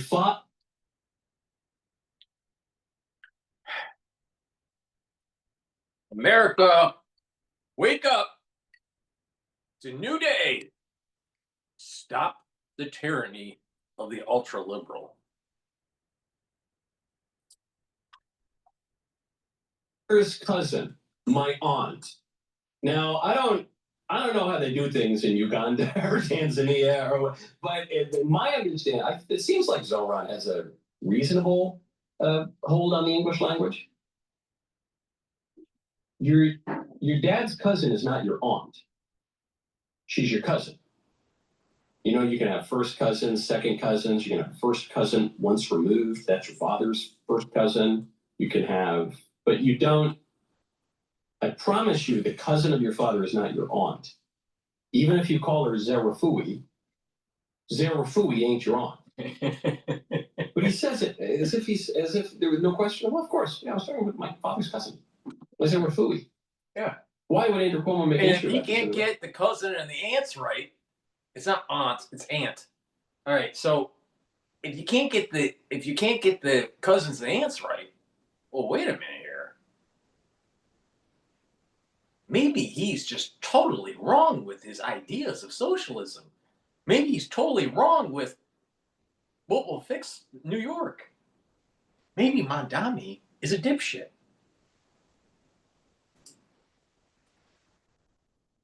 Oh, because you lied? Well, one, because you said Muslims were the real victims of 9/11. You did a Norm Macdonald joke seriously, which is insane. And it is a disgrace that you could even potentially be the mayor of New York, quarter century after 9/11. But also because you lied. You made a stupid point that you lied about. I think you mentioned the U.S. And now you're talking about Zerafui, who conveniently will not speak for herself here. So then he goes on some other show, El Vacilón de la Mañana. And he tries to explain to a somewhat skeptical host the real nature of Zerafui. I was at the press conference.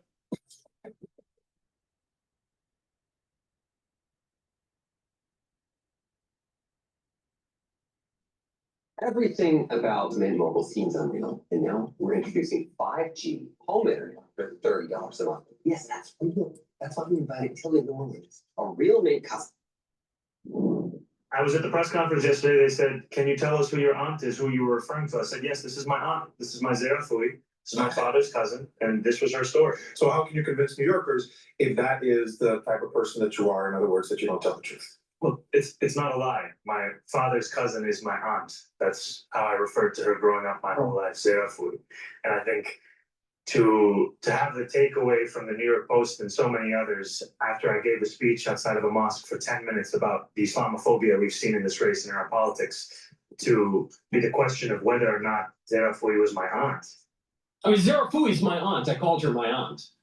You know, if my aunt had testicles, she'd be my uncle, I guess. He's doing a version of that joke, too, now. He did the Norm joke. Now he's doing that joke. A lady is not your aunt simply because you called her that. Look, I'm Italian. We call people uncle and aunt pretty loosely, but we don't actually believe it. We don't say, oh, he's my uncle.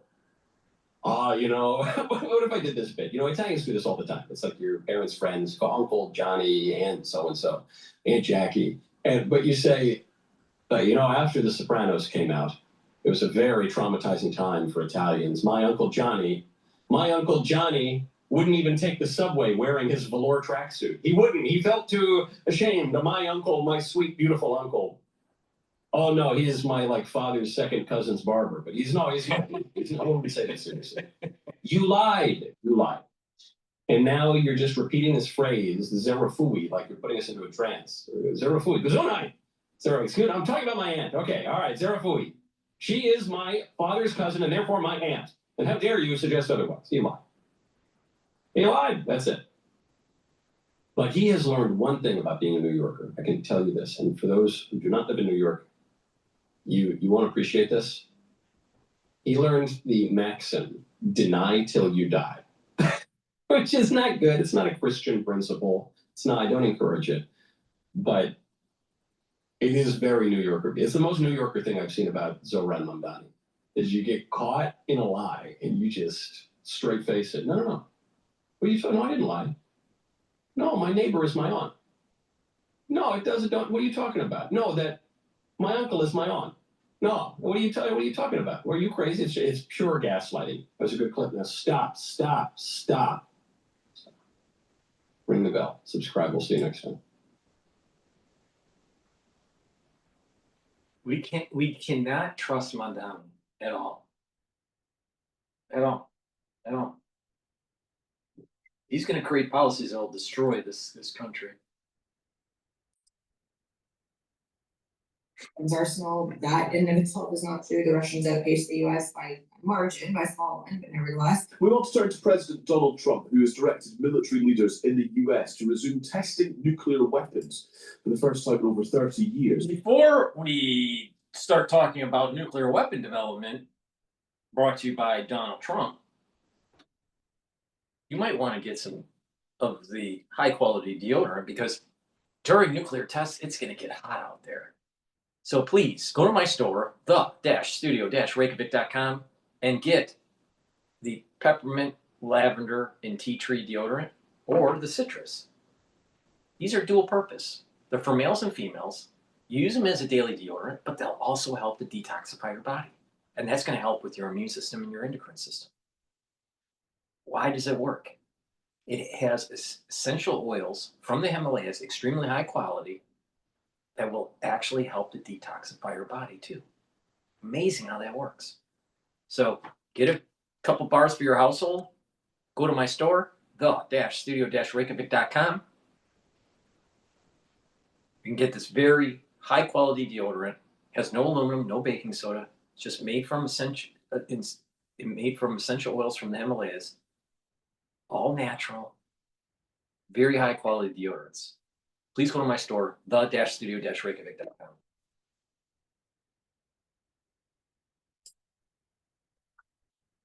In order to try to keep up with competitors such as Russia and China, he made the announcement on Truth Social less than an hour before his meeting with President Xi of China in South Korea. Trump boasted that China came at a distant third compared to the amount and power of America's nuclear weapons arsenal. Let's speak to Daria Dolzakova, Senior Research Fellow on Proliferation and Nuclear Policy at RUSI, the defence think tank. Morning to you, Daria. Good morning. Good to speak to you. How significant is this from President Trump? It's a little bit hard to say because, to be honest, it's a bit hard to read into what it is that he actually had in mind. The post that he put up on Truth Social has a number of different inaccuracies, both in terms of, I think you mentioned that the US is the greatest nuclear weapons arsenal. That in and of itself is not true. The Russians outpaced the US by margin, by small one, but nevertheless. But his reference to nuclear testing is a little bit confusing because he mentions that he wants to do it sort of at, I don't remember the exact wording, but in line with or at the same pace, the same rate as adversaries. Now, there haven't been any nuclear weapons tests except for by the North Koreans since the 1990s. I expect what he's thinking of is, and what he's responding to, are recent tests of nuclear-powered and nuclear-capable missiles by the Russians. There were 2 tests that have happened in the last week or so that have gotten a fair bit of attention because, you know, they can be potentially destabilizing the systems that were tested. So I expect that's what he's referring to, but those tests did not include the testing of nuclear weapons. So it's a little bit unclear what he's actually talking about in that. Yeah, he said, post. yeah, the phrase was on an equal basis, is what he wants to do with Russia and China. In theory, when could this happen? And how does this happen? How does a nuclear weapon get tested? Yeah, so it would take quite some time for him to actually get the necessary approvals through the US system to get the US ready to test again if we're talking about atmospheric explosive nuclear testing. So that'll take some time kind of on the regulatory legislative side, but also in practice to set up the necessary measures to actually start testing nuclear weapons again would take some time. So this isn't something that they could turn around and do tomorrow. But again, it's not entirely clear what he's talking about. He's talking about the testing of nuclear capable systems, nuclear capable missiles. The US does that already, the UK does that. So yeah, it's not entirely clear what he's referring to. Right, well, that's in some ways unsurprising, I suppose. Daria, thanks very much. Thank you for speaking with us. That is Daria DePaulCottrell, who is a senior research fellow on proliferation and nuclear policy at RUSI. I suppose the other part of this, Ben, is that it looks like there's some progress on trade between America and China. A 1-year trade truce appears to have been agreed.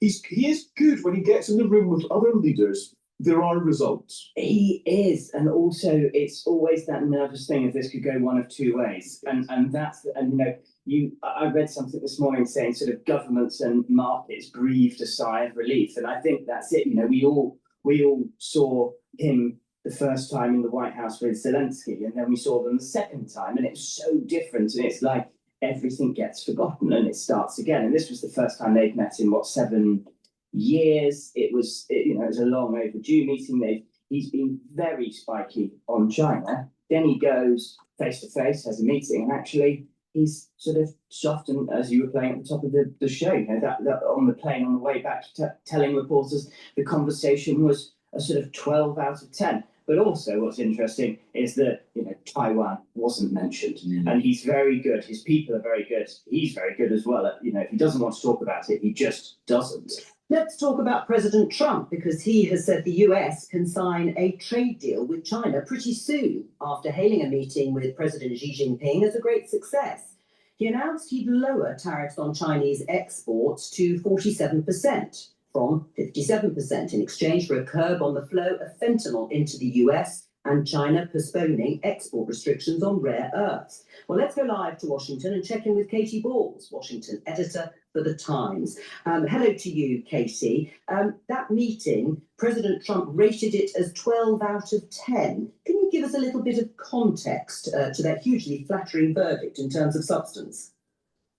Yeah, well, we know Donald Trump likes to be quite the showman in his interviews when he has these meetings. So, for example, the UK-US trade deal in the Oval Office, he said it was a done deal, it was amazing, and then, of course, we then found out that, you know, it was really an agreement in principle.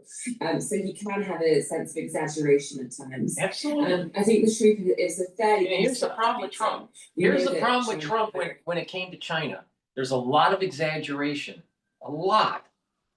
You know, and you know, he's kicking the can down the road. We're going to have another problem in the market when he has another hissy fit with China. I think that he needs to be forceful with China, but him going back and forth, I think it's bad policy. I think the way he's managing China is just wrong. He needs to escalate it. What he really needs to do is move our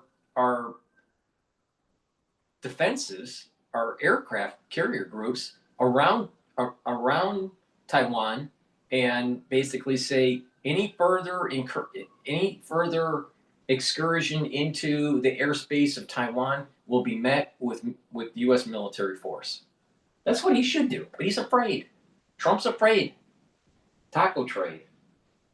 Even though that I think that he's a good president, but he needs to be forceful with Xi. Have been, really at blows for months, really since the so-called Liberation Day when Donald Trump announced those tariffs, and China has really been at the forefront of those on the highest end, at 1.145%. So I think you can say both sides have almost taken their biggest weapons off the table and agreed some concessions, but it's still not clear really, whether this is a pause in hostilities or actually the road to a much better relationship, which will be permanent. I mean, how does it fit broadly with Donald Trump's America First stance? We've seen that he's heralded progress, for example, on soybeans as a big win for American farmers. So he's trying to say that things that they have agreed directly help the people of America in that sense. We also know that the US sees China as a major threat in terms of security, in terms of long-term geopolitical issues. So I think it is about wins economically for American consumers, American workers, American farmers, combining that obviously with balancing the long-scale challenges, which is, large parts of the Republican Party and the administration see China as a serious threat that, can't be shrugged off through a trade deal. Right, and he's also trailed future meet. Let me just plug a product here. Please go to my store, the-studio-reykjavik.com, and get the olive leaf extract. This will help to boost up your immune system and help with your cardiovascular health. Super important. It's dual purpose, brings down inflammation, and helps to bring down the LDL levels and increase your HDL levels. Super important. Please go to my store, get the olive leaf extract, get healthy, super important. Digestive enzyme complex. This will help to break up carbohydrates, proteins, and lipids and reduce the load on your pancreas. As you get older, your pancreas doesn't function as well, and you need a little bit of help. So to help your pancreas, get the digestive enzyme complex, break up those carbohydrates, proteins, and lipids, and that'll allow you to absorb your nutrients. This also has bromelain in it to help break up clots because it's fibrinolytic, and the proteolytic enzymes in the digestive enzyme complex will help to break up glycoproteins. That was really important during the crisis in 2020. Therefore, you need this for the fall and the winter season. Trust me. Please go to my store, the-studio-reykjavik.com, and get the digestive enzyme complex. Be prepared for the fall and the winter. Back to nuclear war. Between the two leaders. Let's turn to the race, the New York City mayoral race, because there's been an awful lot of attention on that election, and it's happening early next week. The front runner, Democrat nominee Zoran Mandani, is still out in front. Is it a foregone conclusion? Well, I think of the different races that we have next week, as you say, this is the one I think where Democrats feel it's the most foregone conclusion. Now, I think you should never say, we know this from British and American politics, that anything is definite. Things can always change. There can always be surprises. But certainly Democrats think that this is, pretty much there. And actually, there are clearly some Democrats who look at this and they don't like that this is a result because, of course, it was a surprise that Mandani, for some at least, won the nomination. And therefore, they're looking at, he was on the left of the party. There are some who, of course, are really enthusiastic for Mandani and are really glad he is the nomination. But it is mixed feelings for the Democrat Party when it comes to Mandani. You also have races in Virginia and New Jersey with Democrat candidates where the Democrats feel they could also have a victory. Now, in terms of the other runners and rivals in that New York race, how is it looking then for the former Governor Andrew Cuomo? Well, in the polls, he is second behind Mandani if we go on the polls. But of course, for Cuomo, he was really seen as the one to beat initially when it came to the Democrat nomination. And certainly the Democratic establishment was behind Cuomo. He had a lot of money behind him. And yet Mandani won that nomination. And you can speak to failures in his campaign, but I also think it speaks to how perhaps US politics and politics in general is changing. Social media, a grassroots campaign, foot soldiers, and just enthusiasm for a candidate, and beating the more traditional forms in terms of, lots of money, editorial endorsements and things. Mandani cut through in that sense. So it's not impossible. Cuomo, does better than some expected, does worse. But certainly, I think this story really for the Democratic Party is if Mandani, as expected, wins, and obviously, of course, after winning the Democratic nomination, what does that mean for the future of the Democratic Party in America? Will it mean that candidates like AOC, the congresswoman, have more enthusiasm behind them going forward than perhaps the more middle of the road Democrats? Right. Do you think there is likely to be a shift then in the wake of a Mandani victory? I mean, are Democrats nervous about that? Or is it a one-off? It is New York, and it won't necessarily mean a wholesale move to the left. I think there will be a battle of ideas, and I think there'll be a debate within the party. And I interviewed James Carville, the Clinton strategist, for my Sunday Times column about this, and he was saying, look, there's going to be a candidate from every wing of the party, there's going to be a lot of different discussions, and we're not going to know the future direction until we have that candidate, because they will set it out. And of course, there is no leader of the opposition in American politics, which means often it feels a bit of the Democrats are slightly at sea when we see these things, because they don't have a clear one voice coming out. But certainly, if Mandani does win, I think it will infuse, the Bernie Sanders, the AOC, the Stop the Oligarchy tool, that type of wing of the party that wants to almost have a more populist approach to its politics, but one on the left, and be the kind of the anti-establishment party of the left. And I think they will have a sense of energy bouncing off from this. Now, if they can make that a sustainable one, that's a different question, but I think it will boost them in that sense. Now, what about Kamala Harris? Because she has hinted that she may run again. What's been the reaction to that? She wasted over $1 billion in just 107 days and couldn't win. One, because her policies suck. But this is just a perfect example that if a crazy liberal was running the show on how they would spend American taxpayer dollars. Can you imagine if she had access to the budget of the United States government? She couldn't even run her own campaign efficiently. Crazy. I wouldn't say it's universally popular, her comments to the BBC. I think ever since she had her book out, there's been a guessing game amongst Democrats, which is she really, on maneuvers, thinking about another tilt at the White House, or is she just trying to, in a way, build on from the public profile of her last job in the campaign and make some money through a book. Yeah. And some of the book was so critical, actually, of some of her Democrat colleagues that perhaps it was more the second. Now it is clear that she does feel she has unfinished business. If you look at some polls in terms of Democrat candidates, she doesn't do too badly. I think she does lead on some of them. But of course, she currently has the biggest profile because of what just happened. So I don't think we're at a point where we can really compare her with other potential candidates like Wes Moore, for example, just given she has so much more name recognition than some of the perhaps more rising stars who could come through as time goes on. So I think that there will be some who will get behind her, but there's certainly obviously think that she had her chance, and they need to move past the Biden-Harris era. Exactly. Work out. Move on. Please go to my store, the-studio-reykjavik.com, and get the Gladiator Barley. This will help to build muscle, bring down inflammation, soak up free radicals through superoxide dismutase, and detoxify your body.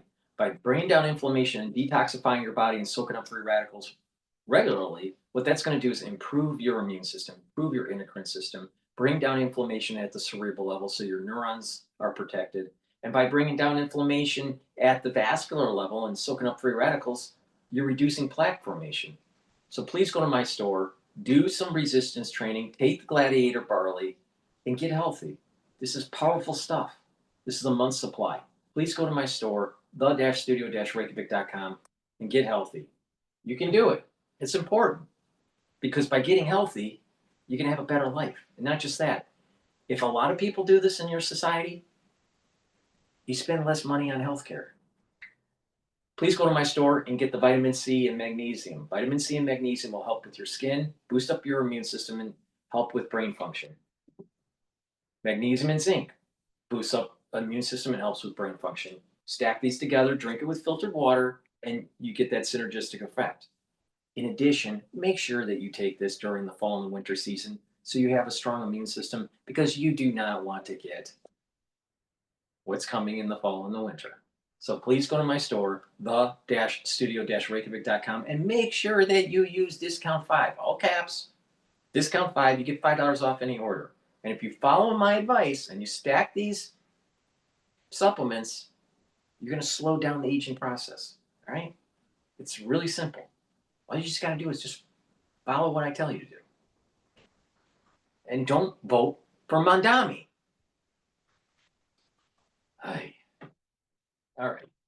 Let's listen into what Bassin has to say.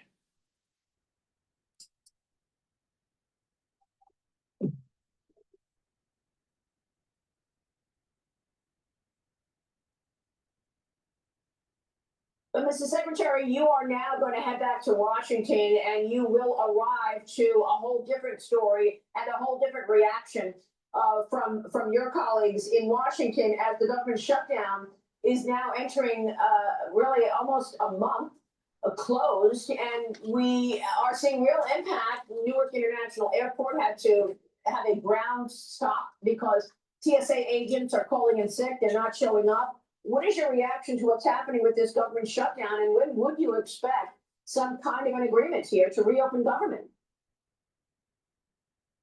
Well, Maria, as you said, the contrast could not be more marked. That if President Trump comes out to Asia, and I think at the end of the day, just this trip. I think that one of the viewers today, this is the tropical flower. I think her comment is absolutely in the spirit of what this country is all about. It's about capitalism. It's about constitutional rights. And that people that demonize Trump in politics, trying to discredit his presidency and discredit his overall strategy in terms of making America great again and bringing back manufacturing. If you're trying to discredit this guy, if you're trying to say that Orange Man bad all the time, then what's going to happen is that you may get another wing of politics that you wish you never had, such as Mandami or AOC or Nancy Pelosi or Chuck Schumer, right?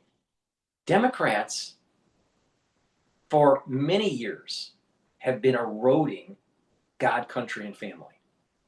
Democrats have been eroding the concept of free markets and capitalism.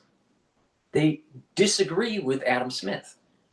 They disagree with this idea of work hard, try to build a business, hire people, and make the society a better place. They prefer top-down government control. So I agree with Tropical Flower in the sense that if we don't have Trump at this point in time, it could be far worse, and that we may lose our country. Because the other side that's demonizing Trump, they don't believe in God, country, and family. They don't believe in free markets. They believe in collectivism.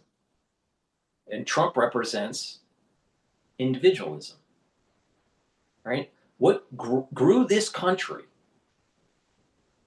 was this idea of life, liberty, and the pursuit of happiness. And your civil liberties are protected, independent of what the mob rule wants. because we're a constitutional republic, not a democracy. So when the Democrats keep on saying for democracy, they never say for the constitutional republic. See the difference? They're pushing an agenda to erode your constitutional freedoms. They're pushing an agenda. The Democratic Party is pushing an agenda to erode your property rights. So if you take a look at what do we have today, it's based on a foundation of the Enlightenment. It's based on the foundation of Adam Smith and John Locke. It's based on this idea of capitalism. It's based on the idea of a government that has just laws that allows the people to have life, liberty, protection of property. That's what we have. The Democrats want to erase that. Democrats want to pull that away. So, unfortunately, people that were born in the United States, maybe multiple generations, I mean, you know, my family history goes all the way back to 1637. All right, on my father's side. So, you know, so the whole point here is that there are American citizens that have been here for a long time, have a pedigree. But some of them have forgotten these really important concepts that come from the Enlightenment. So they drift away to the core of what this country's all about. And it's immigrants that come here legally that are the bellwether to shine a light for this constitutional freedom that we have. Because they're leaving a country that is maybe war-torn, or they're leaving socialism or communism, and they're coming to America for a better life. But they come here legally, all right? But these individuals, these newcomers, these immigrants, they are a hope to rekindle the Enlightenment. So Americans realize, don't extinguish the actual strength of the country. So if you want to go back to this concept of make America great again, that's what this is. It's about reigniting the Enlightenment. Getting back to what made America great. And that wasn't to be on the dole. That wasn't to accept that your government is going to be the all-seer and the one that dictates your life. It's about you pursuing your goals within the context of a legal framework, what we call the Constitution. Democrats want to undo that. So we need our immigrants in the United States, legal, to push back on these socialistic the crazy train that Mondami or Harris have been pushing. We need to push back on this gender dysphoria. We need to push back on people that are demonizing the country and demonizing religion. And get back to some of these root reasons why this country is so prosperous. We're the most prosperous nation ever on the face of the planet in all of human history. And that wasn't because of a top-down government. That wasn't because of collectivism. It was because of individualism. It was because of a constitutional republic.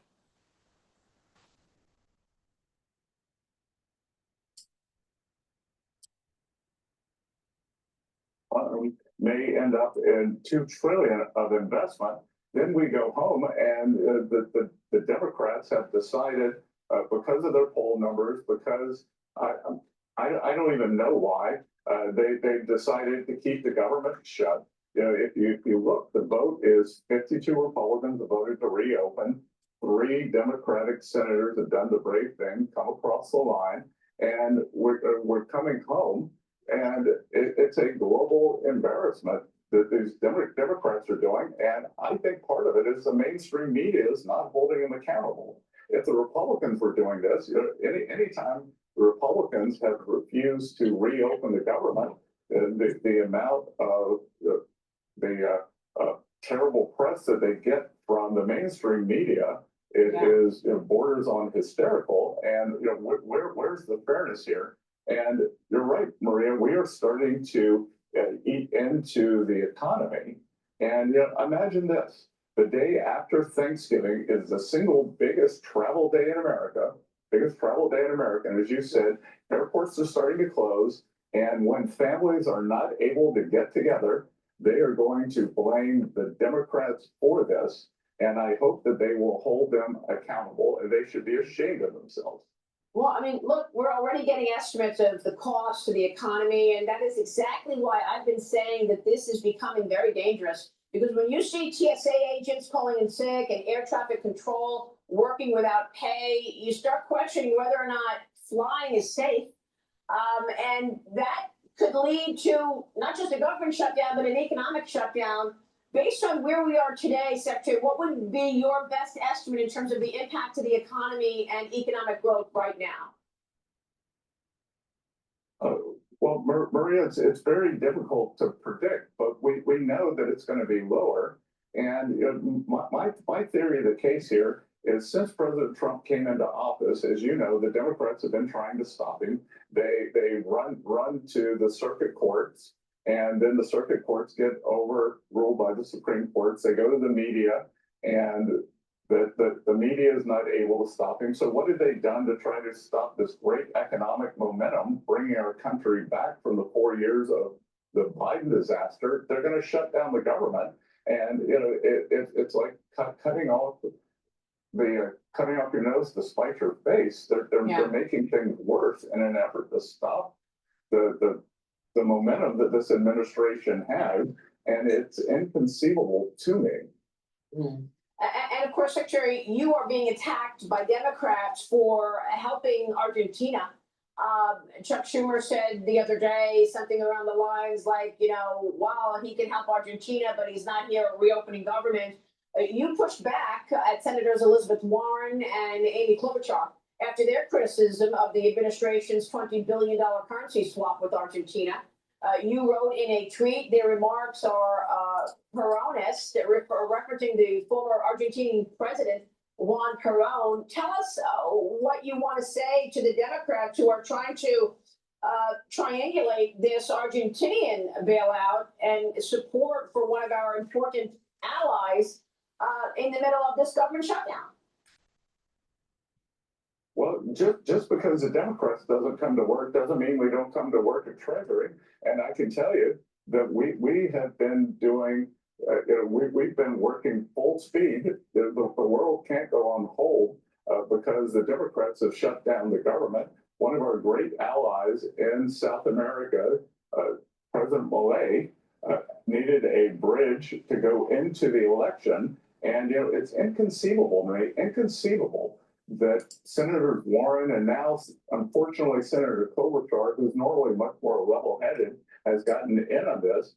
The 47 million Argentinians, we are helping them, and a majority of them now want free markets. Argentina suffers from a legacy of financial mismanagement. What was very interesting to me, the poorest segment of Argentinian society has switched over to President Milei.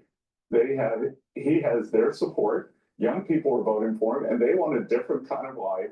No money has been spent. It's from the Exchange Stabilization Fund, which I can use unilaterally. So I was able to do that. In contrast, we had been trying to help the farmers either through payouts or activating the Farm Credit Bureau to help farmers with next year's planting season, but we can't do that because these two senators have closed, that are part of the problem in closing the government. So I call on them to reopen the government. But, again, we've done an end run around them with these trade deals, and the soybean. Think about this. The Democratic Party who wants you to think that collectivism is better, that big government's better, more taxes is better, and having, you know, all these social programs is better for society. They believe in Keynesianism, which I don't. All right? And they want to go against Bassett, Scott Bassett. Now, this guy is a smart guy. He was literally the one that worked with George Soros to bankrupt the Bank of England in the 1990s. You know how George Soros got so much money? It was because of Bassett. The guy's a genius. So you think the Democratic Party is going to be able to beat Scott Bassett when Bassett bankrupt the B of E?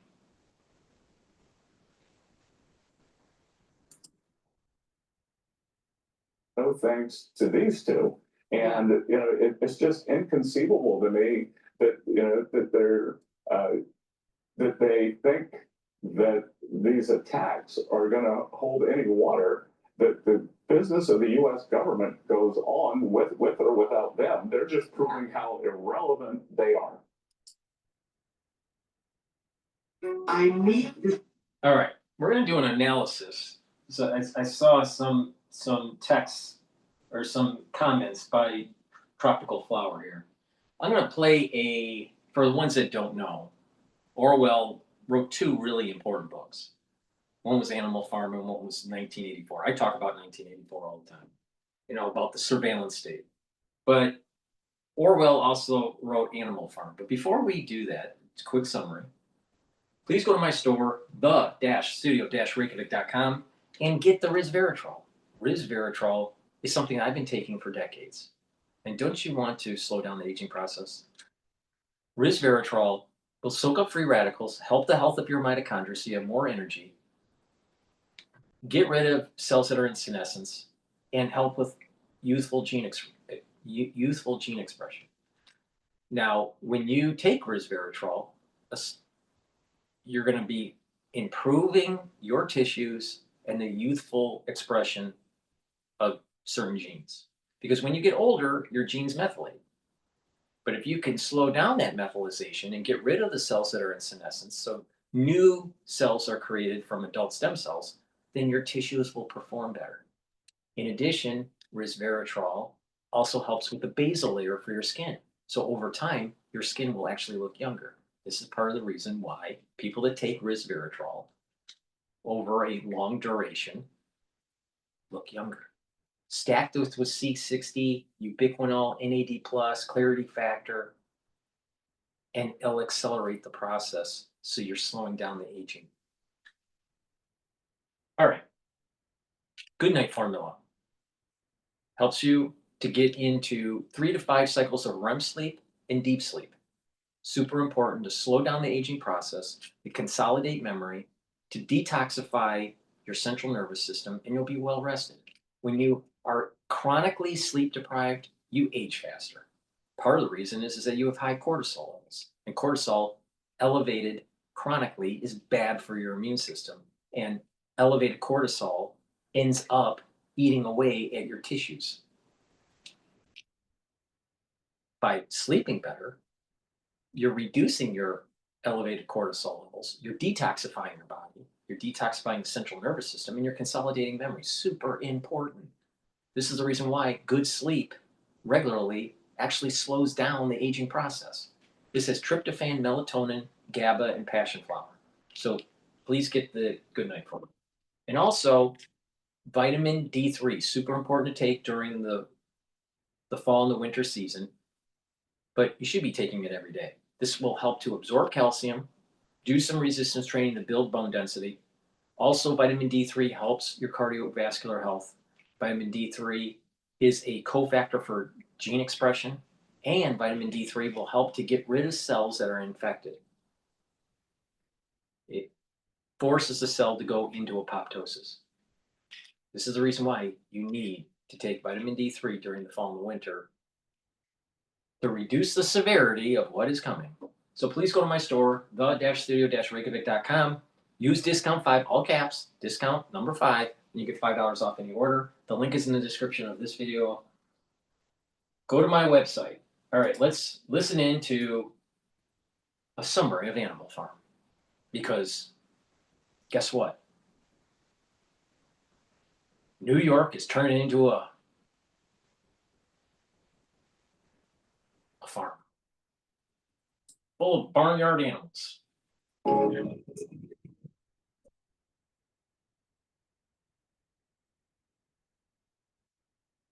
Animal Farm is a simple, plainly written tale of animals rising up to take control of their own destiny and run the farm they work for, providing for one another, living off a central doctrine of rules. It's an allegory for not just the Soviet Union and its slight, insidious transformation from communism's high ideals of equality into totalitarian rule by a single dictator and his chief propagandist, but also for the challenges of self-governance and the perils of government people face all around the world. To understand the nature of Animal Farm, let's first look at George Orwell, the author. Orwell is the pen name for Eric Arthur Blair, born June 25th, 1903, to British parents in India. He served with the Imperial Indian Police in Burma. He fought in the Spanish Civil War and was a World War II correspondent for the BBC. His first-hand experiences of class struggles and inequalities of everyday life in England informed the writing of Animal Farm. Now, the structure of Animal Farm parallels the Russian Revolution.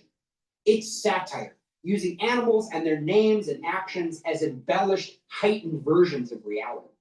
At the very beginning, Old Major, an idealistic boar, introduces ideas he's envisioned about animal rebellion and self-rule, teaching the other animals the song Beasts of England, helping to establish a sense of camaraderie.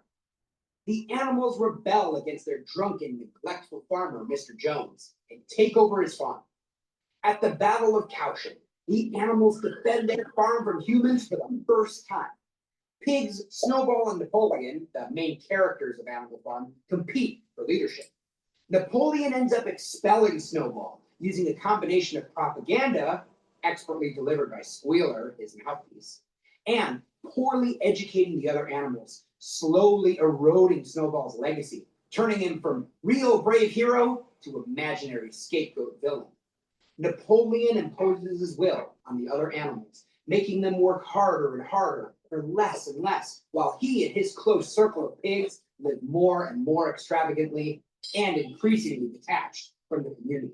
Now, doesn't this sound like the Democratic Party, where they want to extract from production, from the productive aspects of society so they can have their wine and cheese lifestyle? But it's not just the Democratic Party. This is communism. This is what communism is. This is what Marxism is all about. Marxism, it only ends up protecting a few people that are part of this one-party establishment, and the rest of the individuals have to work for the society, work for the party. Marxism is dangerous. It's dangerous. Anyone that leaves these types of countries that are run by a bunch of socialists or Marxists, and they come to America and they see all the opportunity because it's about life, liberty, and the pursuit of happiness, and a balanced government between executive branch, the legislative branch, and the judicial branch, and your civil liberties are protected by a constitution. These are important features. But Marxism wants to destroy that. Marxism is saying, we know better. A technocracy is better. And so what happens is that the technocrats will tell you what to produce. The technocrats will say what you will be. Well, how do you be a technocrat? Oh, never mind. You're a little person. You can't be. There's no social mobility in Marxism. There's no incentive to build things. There's no incentive to have manufacturing. There's no incentive to try. And this is the reason why It always fails. And like I said, the grand experiment already happened. Look at what happened in Western Europe, and Eastern Europe. West Germany, East Germany. Right after World War II, all the way through the Cold War, up to the point where the wall falls. And you just compare the two. The Western Europe was more productive. There were more vibrance of an economy. There was more surplus of goods and services. Eastern Europe, tyranny, famine, lack of prosperity and social movement. The grand experiment already happened. And then we want to push again communism? Push again Marxism? It's crazy. You ask anyone that is coming from these types of countries and they come to the United States, they say, why would America want to go and be like China or Cuba or any crazy socialistic hellhole? But you got this intelligentsia in the United States that just thinks it's so cool to be a socialist. Because they think the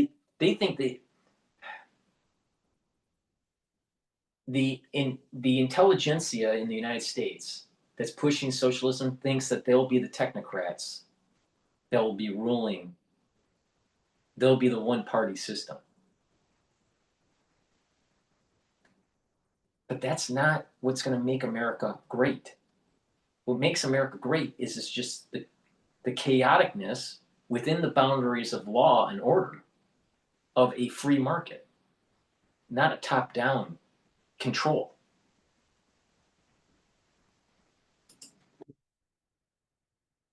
He orders the construction of a windmill, which had been Snowball's idea he had once fiercely opposed. Napoleon oversees collusion with humans, the animals' sworn enemies, for supplies. The animals defend their farm against a farmer, Frederick, and his attack. But their windmill is destroyed in the process.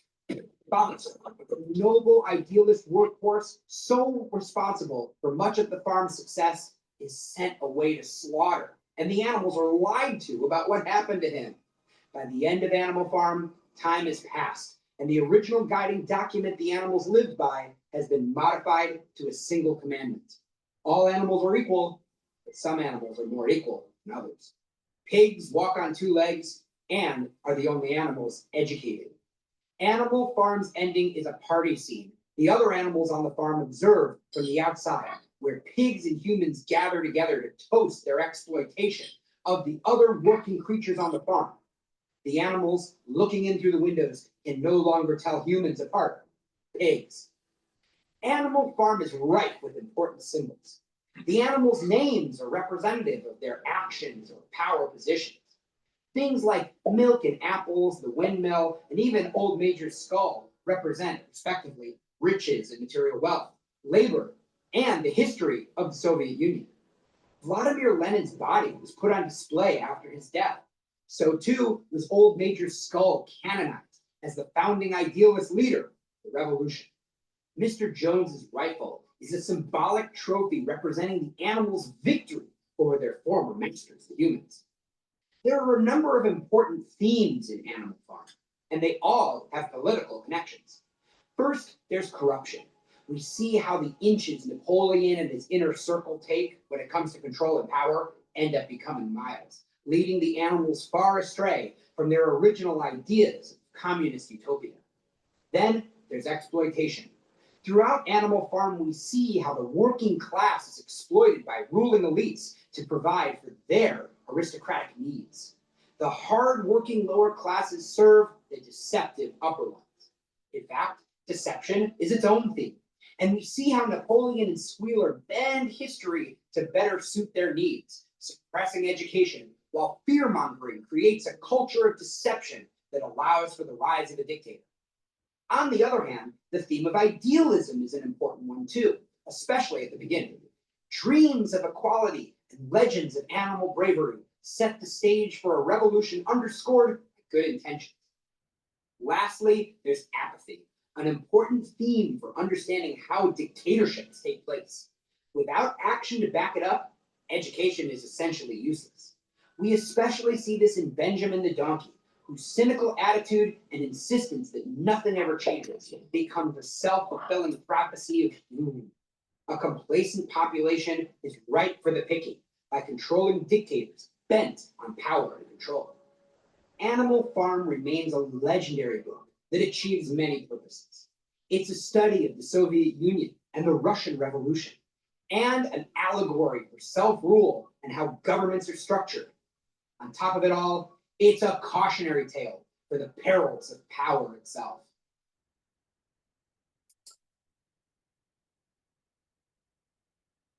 Well, there are gonna be a lot of piggies roaming around in New York if Mondami ends up winning. All right, let's take a look at some other news.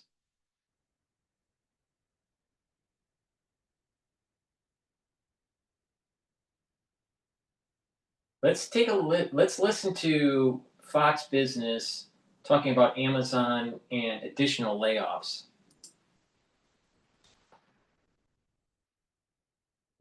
At Capital Group, we design our active ETFs to weather the ups and downs of the market, so they can be rooted at the core of the portfolio. They're meticulously crafted to endure. Capital Group, actively different, active ETFs. So I'm going to bring in QI Research's CEO and Chief Strategist, Daniel DiMartino Booth. All right, so, I mean, your initial thoughts, right? We said two the century, you thought it would be Bowman and Myra, but you've got someone, I guess someone still maybe more concerned about inflation than the rest of them? That must have been a pretty lively meeting if you have people that far away on the spectrum. Right. Schmidt has always been very hawkish, and he's always been very concerned that inflation due to tariffs could end up taking off at some point in the future. So I completely see where he's coming from. Just the same, this is not the united front that we saw at the last meeting. Great point. Okay, now you've been warning about softness in the labor market for some time. Yep. I mean, we can see month to date the spike here and the job cuts, the tracker. And it's not just these numbers, right? The headlines are coming, high profile companies. Very much so. I mean, UPS, Amazon, Intel, Accenture, Ford, these are household names and these are good paying jobs. So we know Powell's starting to hear this, but obviously it's not everyone. How much is this going to influence the rest of the year? Oh, I think it's going to have a major influence because this is not a normal seasonal development for us to see this level of layoffs for this time of the year. And in fact, the last time we got ADP out, the only pillar of strength was the country's largest employers. And now they appear to be culling their ranks. And these are very big headlines that are really going to impact consumer confidence as well. Your point, that report, that last ADP report, I think large were like up 500, but small, tiny, less than 20. It was disastrous. Inflation. I know you love the Trueflation index. We were climbing up a little bit here, but obviously we plateaued. We're pulling back a little bit. How concerned should the Fed be about inflation? So, I mean, a lot of what we're seeing in real-time inflation metrics reflects higher food prices, higher electricity prices. Thank you, data centers. Those are not the types of price pressures that the Fed can control for. So they should really be looking beneath the surface. Think about this for a sec.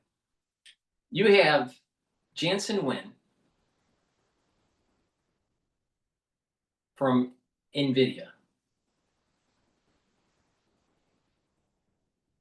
You have the CEO from Apple, Tim Cook. You have Google executives. You have Oracle founder. You have all these tech bros that are making gazillions of dollars, all right? More money than God, all right?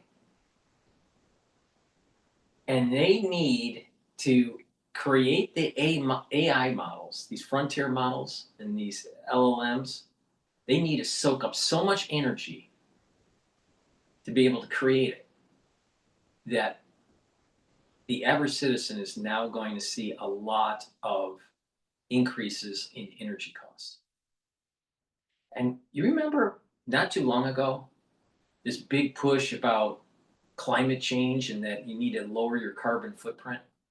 You ever wonder why they were pushing that? Maybe it was because they knew that they needed the energy to create the AI systems, these models, and they wanted priority with the energy versus the rest of the people. And you spin it in a marketing strategy where you need to lower your carbon footprint, average citizen, so we, the tech bros, can create the LLMs. And so what's happening is now energy costs are starting to go up. And they want you to buy into the idea that you need AI. You need it. You absolutely need it. How could you live without it? We need to like step back and like go, should we be building AI? Do we really need it? And is there a better way to do it? Because our brain is packaged in a small space and it's more creative, not as fast, but it's more creative and able to ponder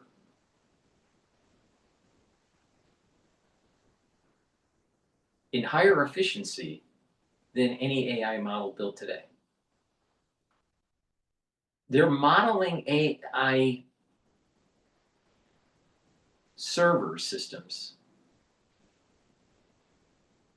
in the computational power in an old school way and not a more modern way on how the brain works. We eat food, it's digested, it's converted into energy, ATP, and that's running our brain, all right? Well, there's also not just ATP, but GTP and all this stuff. But the point here is that we have an energy source through our food that is used metabolically to run our network, our brain network, so we can think.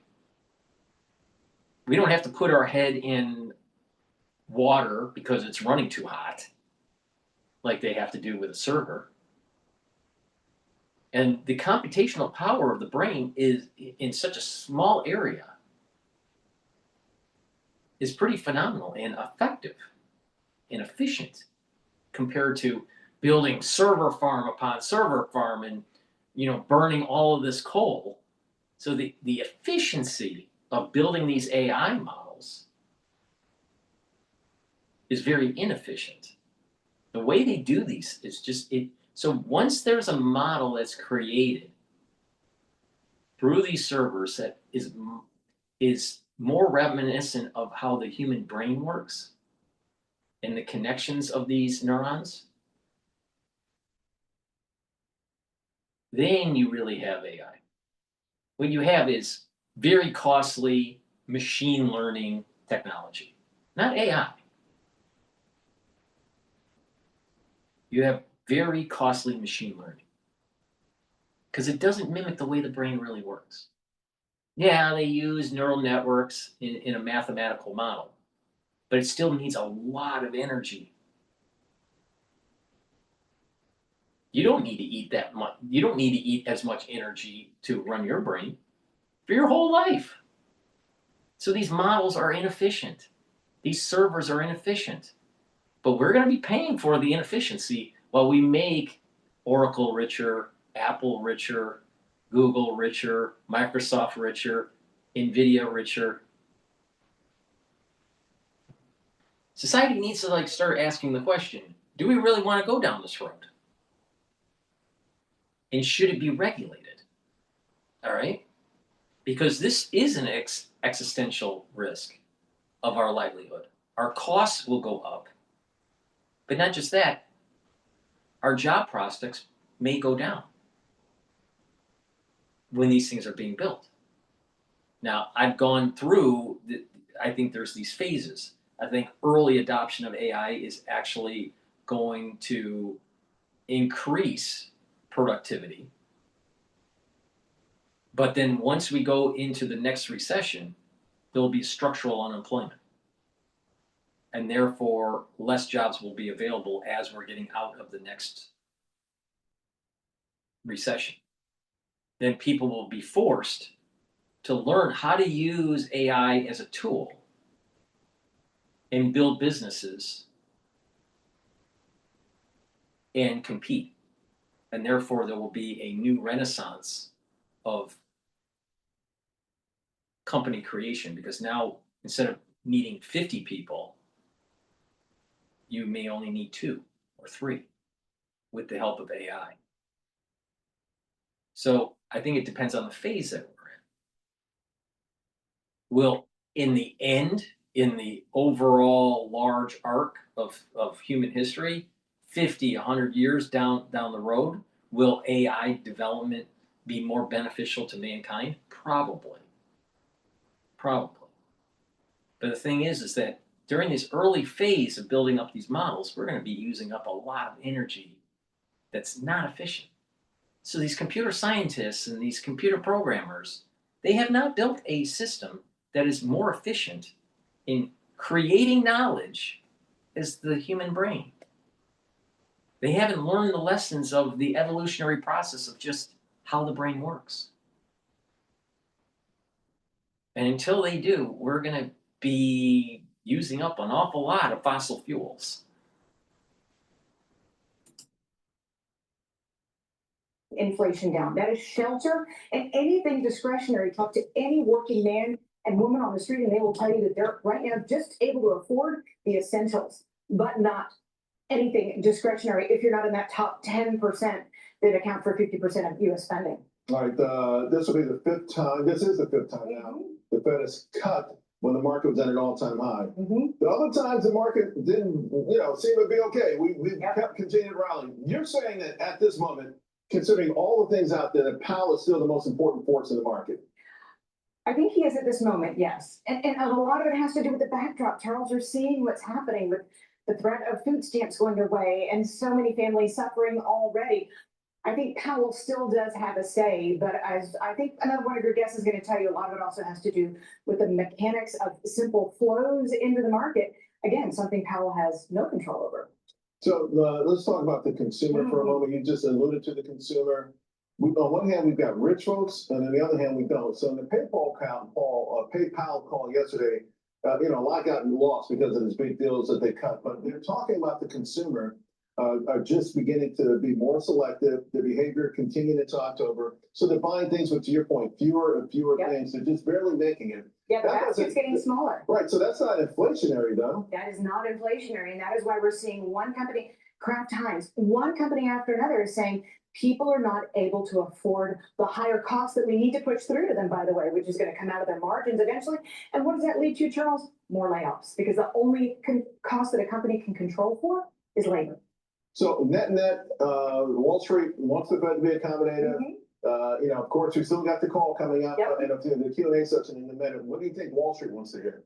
I think Wall Street wants to hear that December's a go. If the Fed is really concerned enough to stop shrinking its balance sheet, then it seriously sees the need for it to not be as tight in its stance, especially in this official data vacuum. All right. Stick around. I need to. Help me decipher. Help us decipher this Fed talk in a minute. All righty. With a shield level annuity from Brighteon. Let's listen into Bloomberg here about what's going on with the shutdown. But before I do, please go to my store, the-studio-reykjavik.com, and get the vitamin B complex. This will help to rev up your metabolism, increase your ATP levels. Vitamin B1 through 4 helps with the electron transport chain within your mitochondria to boost up your ATP levels. And vitamin B12 helps to protect your neurons. Super important. And if you're 40 years of age or older, your gene expression to build muscle and maintain muscle has diminished. To improve that, take Myotrol. Myotrol has polyphenols, flavonoids, and lignans to help with the gene expression to build muscle. Do some resistance training, take the Myotrol, drink it with filtered water, and this will help to build that muscle and to maintain it. So please go to my store and get the Myotrol. Use discount 5 and you get $5 off any order. Done retiring. So I think that they are able to vote in a different way. But I do think we are going to continue to see these people peel off because they are not going to be able to look at their members or their constituents, in the face come next November, and with good conscience say, I fought for you, because they're not. They're fighting for Trump, not for their own district. Well, it's happening. We've been asking about this, and here we go. The headline just crossed the terminal. This is a new pressure point that many saw coming. The FAA has just issued a ground stop at JFK Airport. We're going to start impacting business and meetings and life in New York City. Lisa, this happens on the same day that the Vice President, J.D. Vance, holds a roundtable discussion about air traffic control. It's going to be happening at the White House this afternoon. The CEOs of American Airlines, and I believe Delta, or it was United, James could set me straight on that, we're going to attend, along with Sean Duffy and Chris Sununu, Transportation Secretary, and Sununu now running airlines for America. So what is this going to be? Cece, thank you. It's United who's going to be present. What is this going to lead to, Lisa? And could it in fact end the shutdown? I absolutely think that the FAA and the air traffic controllers are going to once again be the heroes in all of this. And they are going to definitely be what's going to stop the shutdown. I've said all along that the backstop here, and Megan makes a good point, November 21st is before Thanksgiving. But right around that time is when we're going to see air traffic controllers throw up their hands and say, absolutely not, the busiest travel day of the year. But it's interesting behind this, it's interesting to see that that's happening while the White House is having a meeting at the with the vice president at the same time. I wonder how much of that is coincidence. To me, that seems like it's a pretty on point moment in time. It does. I know that, Lisa, and I should add to this, we've just run another headline saying that this involves an aircraft emergency, so I'm not going to speculate on what's happening on the ground. We've already seen cascading delays and cancellations. In a remaining moment, Megan, what needs to come from this meeting today that'll be productive? I think these unions and these airlines need to tell the president to get involved with and the vice president to get involved with the negotiations and stop traveling abroad and stop focusing on other things like the East Wing. This is the most important thing facing our government right now, and they need to be more involved because the Republicans aren't going to do it without Trump's sign on. Would you fly to New York right now or take the train? I would take the train because it's easier to get into the city, but I absolutely would fly anywhere else. You would though. All right. Yeah, so you're not too worried about this becoming I have faith in the people that are a lot of faith in the people. The air traffic control system remains intact, although we'll keep tabs on this ground stop at JFK for you. Lisa Caluso Miller and Megan Hayes, we've got a great panel. They'll be back in our second hour as we will. I received a message from a viewer about how healthcare will change and how AI may help with that change or speed the change. But that is such a long topic to go into in terms of short term and long term. What will happen with not just AI and the use of it in clinical practice, but also in research and humanoids being implemented during the physical exam or during surgery, because there are robots now, different types of robots. One of the most famous is the Da Vinci robot dealing with surgery.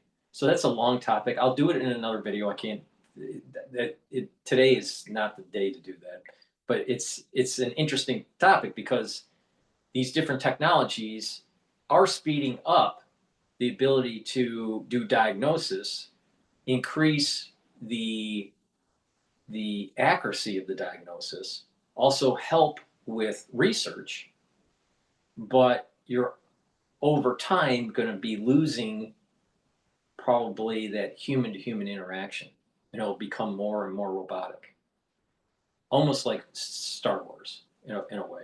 If you remember some of the scenes in Star Wars where these humanoids did all the surgery, that's what's going to happen. Same thing on the assembly line for automotive. It'll be all humanoids that run the show for that. So that's a larger topic. I'll do it on a different day. But thank you for the request. All right, I want to listen in on Harvard's Arthur Brooks about happiness is not a societal phenomenon. This was an interview that he did on CNBC 3 hours ago.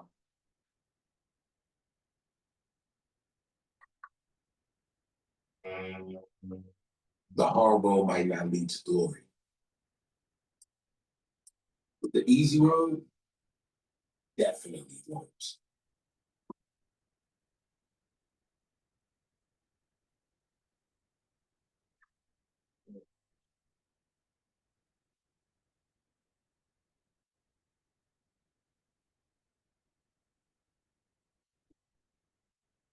Yes, it's going to be weighing in on the mood of the nation amid the government shutdown, AI-driven layoffs. We live in New York City, capitalism versus socialism. We get to. Yeah. You always keep us happy. Harvard professor Arthur Brooks. He hosts the podcast Office Hours with Arthur Brooks. It is new, and you got to check it out if you haven't already. His latest book is called The Happiness Files. It, of course, is a New York Times bestseller, and we love having you here because you make us happy. Well, thank you, and congratulations to you on 1929. It's top in the charts, man. We're trying to be happy. It's wonderful. Trying to be happy. Reminding us of history. We talked about actually what it means to be happy, and actually that the journey of a project is actually what makes you happier than the success. Because I was saying to him that last week, even though the thing had done very well on the list, I said, oddly, I didn't actually feel as happy as I thought it would be. And it was a surprise. That's called the arrival fallacy. I was alone. I was in a hotel in Richmond, Virginia when I got on the New York Times bestsellers, and a friend of mine called and said, I imagine you're so happy. And I said, I almost feel relieved and in truth a little lonely because I was by myself in this hotel in the middle of Richmond, hotel in Richmond. And then so I was talking to him last night about what it means to be happy. He said it's not about Arrival. It's not. It's not. Never. You know, this is a show watched by some of the more powerful people in business. They're the best show for if you're CEO to watch, of course. And everybody watching this show knows that if you're living for the arrival at the goal, you're fooling yourself. Now, many people watching us have a problem. It's called success addiction. That usually starts when you're a kid and you get, rewarded and you get attention from grown-ups because you do these amazing things. And then you start achieving and you start to really get your sense of reward from getting these accolades. And so you do well in school and then you go on to get these really good jobs. But the problem with all that is not just workaholism. It's based on this idea that you're finally going to arrive and then the bliss is going to be constant, and that's wrong. This is one of the reasons that Olympic athletes typically have a clinical depression after they win their gold.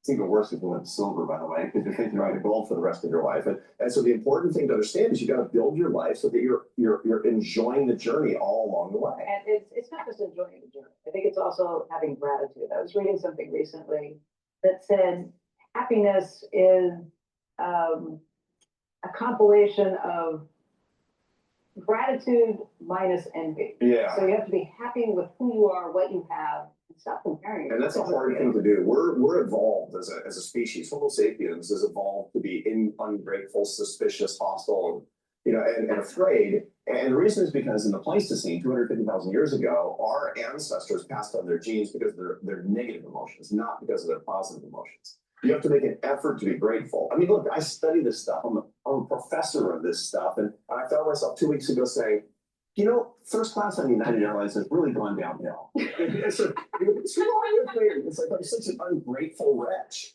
And the reason is because of my genetics. I'm designed to be ungrateful. And so everybody watching not everybody, but most people watching us have really charmed lives. They have really good lives. And their spouses always tell them, why don't you stop and smell the roses? Right. I bet you, Andrew, that your wife is like, Andrew, why can't you stop? Yeah. Can't you just stop and enjoy it? What's so interesting though about, by the way, we have so many, as you mentioned, super successful people who watch this broadcast who have gotten to the top of the mountain. They're at the top of the mountain. Yeah. And for whatever reason, instead of just skiing down the mountain and saying, I got there, they want to stay there. They want to go. They look up. They see another mountain. There's got to be another mountain. Of course. So what's that about? That's all about the fact that your rewards come from winning. They come from winning the next thing. That's what we're built for progress. Yeah. That's an addiction. It is, but it's also really how we're built. I mean, it's funny, there's a big mystery in the diet literature about why diets don't work. 95% of diets approximately, you gain all the weight back, even though you lose the weight in the first place. The reason is because all of the gratification in a diet comes from the scale going down each day. Right. And then your reward for hitting your goal is never getting to eat what you like for the rest of your life. Congratulations. Arriving at a goal is deeply, deeply unsatisfying, and it freaks people out. You get the corner office, you're the CEO, and you get all the headache of being the CEO, but you can't actually achieve that thing anymore. That you're not going to your goal anymore, and that's a problem for happiness. I got a different one for you. I don't know if you see on the screen here, we have a title. It says Arthur Brooks on Mood of Nation. All right. It doesn't feel like the nation's that happy. Yeah, no, It feels like there is a game of chicken going on as it relates to what's happening with government shutdowns. Right. There's polarization. There's questions, by the way, even now about capitalism, socialism, what system's working for people and their own happiness. What do you think is happening here? So we have two problems with happiness. Happiness has been gradually declining in the United States since about 1990. So we're, 35 years in on a gradual decline. That's the happiness climate problem. It has to do with people are less likely to practice their religion. They're less likely to get married and have children. They're less likely to have close friends. And they're less likely to actually see their work as a calling than they did in the past. And the 4 habits of the happiest people are faith, family, friends, and work. Those are the big 4. That's what I've been saying. Now, he misses the whole concept of country, but the idea of God, country, and family is a cornerstone on having a productive and a stable society. So he's just saying something I've been saying for years. But it's true. There are a lot of people that are unhappy. Now and you add in, they're unhappy. Let's take in a microcosm of what's going on in New York and with this whole Mondami and why these younger individuals are voting him, trying to vote him into the mayoralship. They're unhappy. Now, why? Because they have lost an affinity towards spirituality. A lot of these people either don't want to have families, demonize individuals that do have children, and or they are actually upset because they feel as though they can't create a family because of the cost of living, or their social network is such that they're not finding the right companion. And they don't have an affinity towards the country, about the history, about being patriotic. They think it's some sort of passé thing. So I come from the standpoint that those 3 pillars are super important: God, country, and family.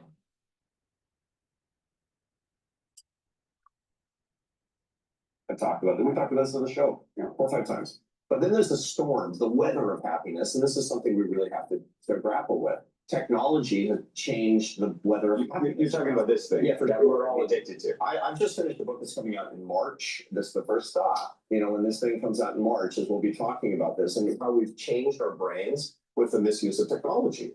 That we're actually using the wrong hemisphere of our brain all the time, where we can't actually apprehend and understand the meaning of our lives, which is horrible. What hemisphere? Where the left hemisphere of the brain is the things and tasks. The right hemisphere is the mystery and the meaning. Yeah. And we need to be living in real life, in real love relationships, and having metaphysical experiences such that we can understand the meaning of our lives. But the more time that we're glued to our devices using technology, the more that we're relegating ourselves to the wrong side of the brain.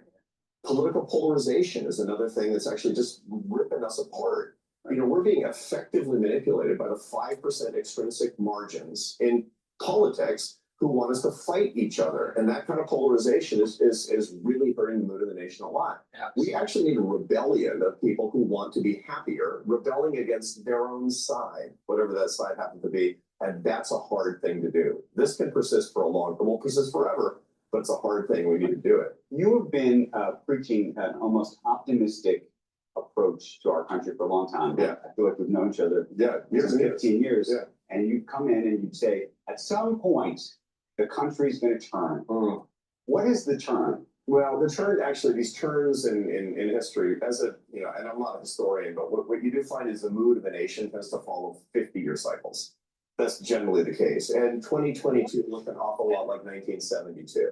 1972. Yeah, 1972. Wait a second. Yeah. Wait a second. What was the happiness index then? Yeah, it was very low. Are you It was- telling me it's gonna be a long time? Yeah, it's gonna be a long time, but here's the good news, that we tend to actually have sort of an apogee when we get to the 25-year mark. So it's like, But it's, actually, I'm happy. yeah, I mean, well, and this is the bottom line. Happiness is not a societal phenomenon, it's an individual phenomenon. And so each person watching us can say, the mood of the nation is all screwed up, you know, New York City's gonna have a socialist mayor or I don't like the president of the United States or whatever they're talking about. If you wanna fix that, pay attention to your relationship with the divine. Go hang out with your kids. Go make better friends. Okay, but let me throw a new element into the mix that did not exist literally 36 months ago. Yeah, tell me. Artificial intelligence. Yeah, man. Your new friend is this. Yes, I know. Right? This is really what I'm and that's what I'm concerned about. And by the way, if we were talking with Joe Lonsdale earlier, if the new friend is as successful as some of these valuations would suggest, we all may not actually go to work with friends because we won't have jobs. And so I think there's a lot of also anxiety out there around all of this. There's a lot of anxiety about that. And there will be perturbation in the economy. There will be dislocation that's going to happen. It always happens with technology. But here's the thing for each one of us to understand. We're all interacting now individually with AI. We are. And anybody who isn't is just behind the curve and they're going to need to.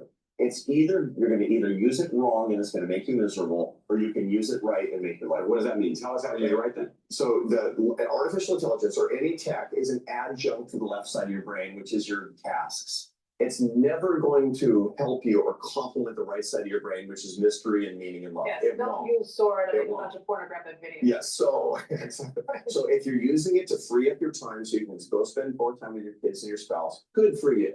If, on the other hand, you're using it as your lover or your friend or your therapist, you're going to get sad and anxious and lonely. And the reason is your brain knows it's being used incorrectly. Even though you don't know it, your brain's going to. That's interesting. So I have a bunch of friends.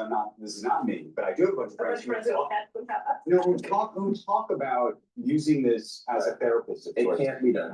And have argued to me actually that it's been quite successful. In fact, I was just talking to somebody the other day who said that they thought that they had a human therapist, and they thought that they were using ChatGPT, and they thought that this understood them better. Yeah, that means like a crummy therapist. Are you a fan of therapy? No, I mean, just in general, I think that there's a role for, I mean, of course, you know. For extreme situations. but- Yeah, of course, mental health treatment is so incredibly important. Thank God for psychiatric care in this country. It's saved the lives of members of my family, to be sure. But the way that a lot of people use therapy today is to eradicate problems in their life. You go to therapy a lot of the time, you say, I'm sad and anxious. You're gonna say there's something wrong. You know, if you go to the campus counseling center at your university and you say you're sad and anxious, they're gonna try to treat you because it's a liability problem. Look, I tell my students at HBS, you're studying at Harvard. If you're not sad and anxious, you need therapy. It's a hard thing to do, and good for you for doing this hard thing. We have a pain eradication, a suffering eradication mentality, and that's a mistake. I got a different one for you. Well, it seems like people are more medicated than ever. Yeah, they are. They absolutely are. And part of the reason for that is because the industrial complex around mental health today has talked about elimination of pain. Right. And the truth of the matter is you won't find the meaning of your life if you don't understand suffering. Your suffering is sacred. It can be disproportionate. It can be dysregulated. There are people who actually absolutely need these drug regimens, which have been miraculous and saved a lot of lives. But many, many, many people are turning to them as opposed to understanding the meaning of what their life is all about. Life on earth has a lot of suffering in it, is the bottom line. Maybe the good news is people are drinking less. People Stop drink stuffing, less. stop There's a medicating. lot more cannabis. And this is also something that I really admire about young people today among my students. They're using actually mostly fewer substances than people of my generation. Because the truth is anything that is euphoric is neurotoxic. Right. And so you have to be very serious about the decision making you have. Now you can make the decision, I'm gonna have a glass of wine, good for you. But the truth is if you're bored or anxious and that's the reason you're using euphoric substances, it's gonna lead to trouble. You just started a new podcast. You become a member of your podcaster now. Yeah. You happy about that? It's super fun because what I'm doing, well, I've been writing a column in the Atlantic for a long time called How to Build a Life every Thursday morning. I have 275 columns in the bank, which means I've done the work, I've done the research on this, and in my podcast, I talk about different areas of happiness in depth. Mostly I'm talking to the camera. Sometimes I have some guests, and that can be pretty popular too. But the most popular podcast that I've done so far is I talked about my 6-part neuroscience-based morning routine for greater happiness and wellness. And I got millions of viewers, got millions of listeners on the basis of We that. could That's use the- that morning routine. Can you do that morning routine if you host a morning show? It sort of depends on what morning means to you. I mean, you get up at 4:30. I'm up at 4:30. She's up at 3:30. You're up at 3:30 a.m. It's 3:45. Yeah, That's a extra big 15 minutes. That's the game changer. Yeah, some days I sleep till 4. Yeah, I get up at 4:30, and it's really important. The key thing to remember is that your day is much better if you get up before the sun. And there's a lot of neuroscience research on that. And then you have to design your day around the rhythms that you've got for your work, to be sure. But I work out super hard first thing in the morning, and then I go to mass every morning. And then so I've got, wake up before the sun, body and Did you soul. do that this morning before you came here? Yeah. Wow. And and this is great. This show's perfect for my schedule, as a matter of fact. Because and I'm not a natural morning lark, by the way. Yeah, me neither. I thought all the way 20s I was a night owl. Well, it turned out I was just a musician who drank too much. And I will say this routine saves you. So it's really kills you slowly by the lack of sleep you get, but it does save you. that's because this morning starts last night. Hello, my name is Adam Ferrari, Chief Executive Officer All of right. GETTR. Please go to my store, the-studio-reykjavik.com, and get the Gladiator Barley. This will help to build muscle, bring down inflammation, soak up free radicals through superoxide dismutase, and detoxify your body. And by doing that, you're helping your immune system, your endocrine system, you're building muscle. Make sure you do resistance training.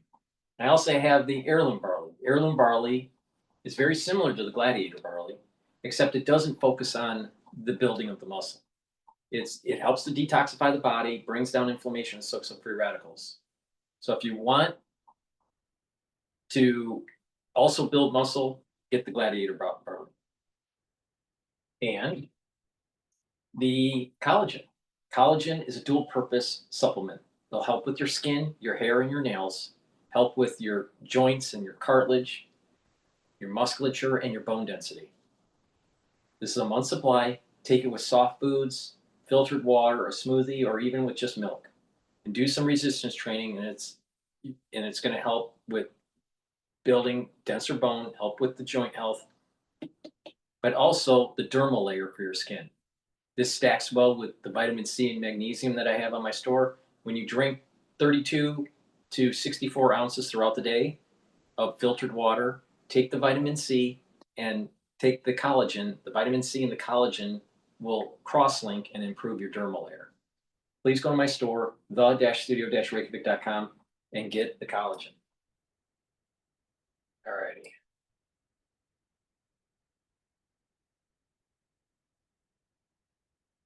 All right, let's listen into the hill about the Atlas 3I comet.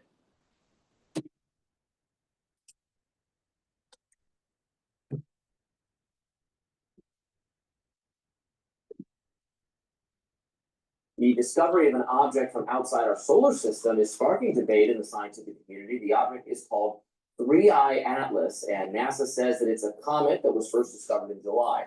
It's currently passing through our solar system, reaching a point about 130 million miles from the sun, and it's just the third interstellar object ever discovered in our solar system. There's lots of questions being asked about where it actually comes from, and some are questioning what it even is. Now, NASA insists everything they've studied about it so far leads them to believe that it's just a normal comet. But physicist Avi Loeb isn't totally convinced. He suggests there's a chance, even if it's just a small one, that the comet is artificially made, meaning it's alien technology. In a series of essays, Loeb has cited anomalies with the comet that he says support the argument of the 3I Atlas being sent to our solar system intentionally, and that of course raises questions about who sent it, what their intentions are. Loeb says that even if it's most likely a comet, his alternative hypothesis is worth looking into because of the massive implications it would have for humanity if it turned out to be true. Loeb is also a Harvard professor and founder of the Galileo Project, which was created to search for evidence of extraterrestrial life. He joins us now here on Rising to talk about his ideas. Welcome back to the program. Thanks for having me. Of course. Let's begin by maybe you could describe the characteristics of this object. Are we talking about a very large object, a very small object? What its physical components are? Do we know anything about that? Fill us in. As soon as it was discovered, it was obvious that this object is quite large, and that was July 1st, 2025, and my wife wanted us to go on vacation, but I realized that I had to write a paper, so I didn't really enjoy the beach much. I estimated the size has to be of over Manhattan Island if the brightness stems from the reflection of the object. Turns out that there is a lower limit on its size, which is about 5 kilometers, and the mass is at least 30 billion tons, based on the fact that it maintains course so far, despite the fact that it's losing 150. This dovetails really well with the happiness video that we just played on CNBC. Maybe we need aliens to give us happiness. Kilograms per second. This is a big object. It's 1 million times more massive than the first interstellar object discovered 8 years ago. And the question is, why haven't we found millions of smaller objects before we find this giant one? And then on top of that, it looks as if it came along the plane of the planets around the sun. The chance of that happening at random is 1 in 500. And the question arises as to whether this trajectory was planned as part of a reconnaissance mission, because it's coming very close to Mars, Venus, and Jupiter. Right. Unusually close. And they doing the reconnaissance to make sure that if ET lands, that ET will be safe. And they probably said, don't go to Earth because it's a land of the fruits and the nuts, because it's run by a bunch of Marxist socialists. You think ET is a socialist? You think ET is a Marxist? I don't think so. You need to arrange a special timing so that it will be at the right time at the right place. And it came closest to the sun yesterday. Unfortunately, we can't look at it from Earth because the Earth is on the opposite side of the sun.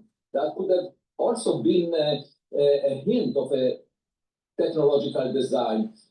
We found in the gas around it, we found nickel without iron, very little iron, mostly nickel. And the only place where we have such a composition is nickel alloys that are produced industrially for aerospace applications. And there was a jet coming from this object, a glow that extended towards the sun during July and August. We don't see that around comets. This is an anti-tail. Usually we see dust and gas which are pushed away from the sun as a result of the solar radiation pressure or the solar wind. Now, yesterday, the first report about what it's doing closest to the sun came out. These are instruments that are capable of looking very close to the sun. And it was realized that, in fact, the object is brightening. It becomes very bright right now as it comes close to the sun, and it's turning blue. And the color blue is very surprising because if there's any dust shed off a natural nucleus of a comet, the dust would make it red. And usually the surface of the object is at least an order of magnitude cooler than the surface of the sun. But what the new data indicates is that the object is bluer than the sun. How is that possible? For that, you need to arrange a temperature somewhere on the object which is higher than the temperature of the sun in order for it to be bluer than the sun. And the sun has a surface temperature of 5,800 degrees Kelvin above absolute zero. That's huge. You know, that's 20 times the temperature on Earth right now. So the question is, what is going on? And I'm saying it could be a black swan event where we expect it most likely to be a natural object, but we have to attend to the possibility that it might not be natural just because the implications would be huge for humanity. Now, Avi, I'm not going to lie. I was a little bit freaked out when I first read this news about 3AI with the 3i Atlas. But now that I want to understand, people who could see you would know that you are a smart man. We're not talking about somebody on X who just pointed out some random conspiracy theory. You're teaching at Harvard. Explain why you're not getting the response that you're looking for from professionals and other leaders like NASA team to really look into this. What's the issue? Yeah, the issue is that scientists. I think if you're not using a van to do business travel, then you're missing out. My name's Clay and I'm chief of staff for the go-to-market on this. Yeah, the issue is that scientists, and that's completely justified, very often are attracted to the most likely explanation. That's what establishes them as experts. Experts are relying on past knowledge. But here we have a blind date with an interstellar visitor, and it's a blind date of a type that we've never had before. So relying on past knowledge is not a good practice. But more importantly, usually, if you look at an exploding star at the edge of the universe, it has no implications for society. So it's better not to take risks and say, oh, that's an exploding star of a type that we understand. However, in a case where you have a visitor to your backyard, the visitor might enter through your front door. That's a situation where there is an important threat to humanity, and therefore, even low probability events have to be taken seriously. That's something that the scientific community. There is zero chance that ET is going to be coming down onto Earth during your lifetime. Zero chance. You know why? Because ET doesn't want to deal with crazy liberals. Including NASA does not necessarily understand. Now, NASA does understand the fact that there could be rocks that come close to Earth, and we know that the dinosaurs were killed 66 million years ago by a giant rock the size of Manhattan Island. We know that, and therefore NASA has a plan to discover near-Earth objects that could pose a threat to us if they are rocks. But NASA did not think as of yet about the possibility that an object which has some technology in it might be in the sky, even though NASA itself launched a lot of technological objects into the sky. And I'm just saying NASA is not the most accomplished space agency in the Milky Way galaxy since the Big Bang, 13.8 billion years ago. We better recognize that. It would be arrogant to claim that NASA is the only agency polluting space with technological objects. So if there was another NASA-like agency around the exoplanet billions of years ago, simply because the parent star formed billions of years before the sun, we know most of the stars formed before the sun. The sun just is a late star that formed just in the last 1/3 of cosmic history. The point is that their gadgets could have arrived at our backyard by now, because even Voyager takes less than 1 billion years to cross the entire Milky Way galaxy. And that's enough time for gadgets from other civilizations to have reached us. So we should be open-minded when we see new objects that are anomalous. Unfortunately, most scientists do not take risks. I'm saying, well, it's fine not to take risks, except when you deal with an implication to humanity or society. We have to consider these possibilities, and we have to collect as much data as possible. That's my point. If it turns out to be a natural object, which it may very well be, so be it. What could be the worst case scenario? That we know much more about it. But we cannot just dismiss it as a natural object that we don't need to take data about. Dr. Loeb, thank you so much for joining us to elucidate that. I am not worried about ET. Please go to my store, the-studio-reykjavik.com, and get the complete multivitamin. This has the multivitamins that you need for proper enzymatic activity. And therefore, your cells will perform better. And it's the foundation for my anti-aging protocol. Please go to my store, the-studio-reykjavik.com, get the complete multivitamin. Use discount 5 and you get $5 off any order. All right, let's listen to Bloomberg about Mondami. Economic stability. And those are the ones that are really going to be interesting to see who comes through. But, my money has got to still be on Mondani all the way, even though Cuomo really does have an operation, the political operation that he's used and used well over time. New York City is a far different animal than New York State. Yeah, for sure. What do you think of these numbers, Megan? How do you spell blowout? 10% or 25%? I think anything, you only have to win by 1 vote. So I think that these polling numbers, if there are any indicators, are showing that he'll be fine, and it will probably be an early night. I do think it's interesting that you do see some more business people and more the wealthy class of New York City starting to sort of get a little bit anxious, and you see them getting more involved, more commercials going up. So I think it's a little too late for that, but I do think the early vote the numbers are already staggering to what they have been in the past. Well, let's talk about Andrew Cuomo here for a moment, who, by the way, was endorsed yesterday by Michael Bloomberg. To be clear, in the New York City mayoral race, Michael Bloomberg has also donated to a super PAC supporting Cuomo. And Michael Bloomberg is, of course, the founder and majority owner of Bloomberg LP, the parent company of Bloomberg TV and radio. So here we are. Whether endorsements matter in this case could be its own show here, Megan, but we're looking at a world in which moderate Democrats and Republicans are warming up to the idea of Andrew Cuomo as mayor. Could it make a difference? I just think it's a little too late. And I think a 3-person race, it's interesting because people wanted Curtis Lewa to drop out, but I'm not sure that really makes a difference if Republicans are going to vote for somebody or they're going to vote for Cuomo. So I just think it's a little too late. I think that maybe if we were having this conversation 3-4 weeks ago, we might see a different outcome next week. I just think that the clock is running out here. What would you tell Andrew Cuomo to do as a Republican strategist, Lisa, to try to get those votes over the next couple of days? I mean, he's got to continue to talk about stability. I mean, Republicans, the market, New York City, they like stability. They like to know what to expect. And they like to know that someone that can come into that office can actually make a difference. So that's the message that Cuomo, I think, has been resoundingly using over and over again: experience, experience, experience. But voters in New York have made this decision before. I mean, we've seen the last 2 mayors that were elected there were unconventional candidates. I think New York likes to switch it up, and I think Mamdani's going to be just fine on election night. But with Andrew Cuomo, I'm talking about stability and I'm talking about predictability, because that's, I think, what people want to see, especially with a president that represents a little less of that. Interesting, in terms of other endorsements, Tom Suozzi, even Mike Lawler, the Republican, has endorsed Andrew Cuomo.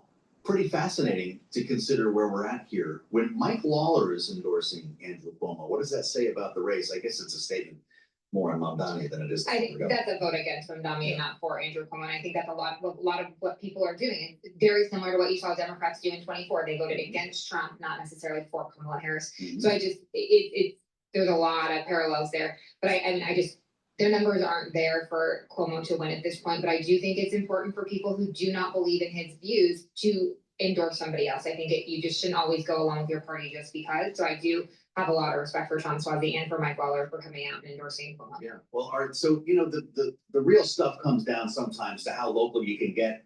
Lisa, you reminded us in the New Jersey gubernatorial race that the difference between pork roll and Taylor ham could, in fact, declare the winner in this race between Mikey Sherrill.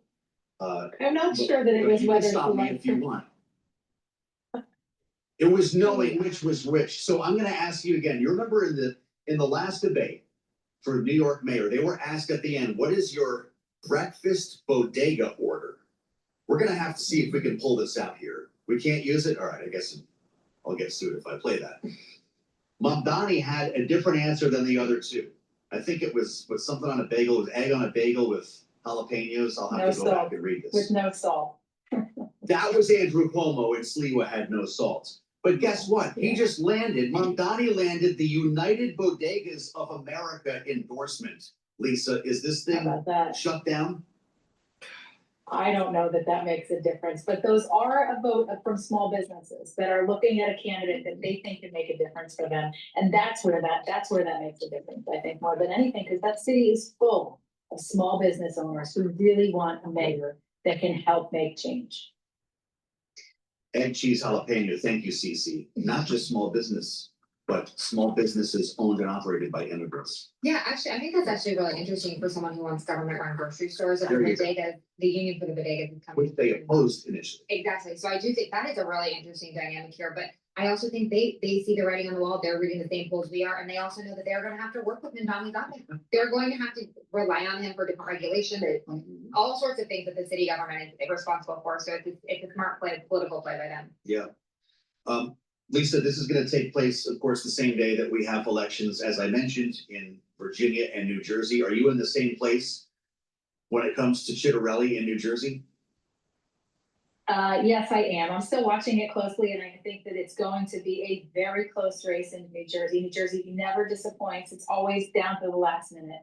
But I think it's going to be a good night for Democrats, and I think that I hope for them that they don't over-index on the fact that they were successful, because it's less about their candidates, more about the issues, and they're going to have to pay very close attention to what this means for the midterms.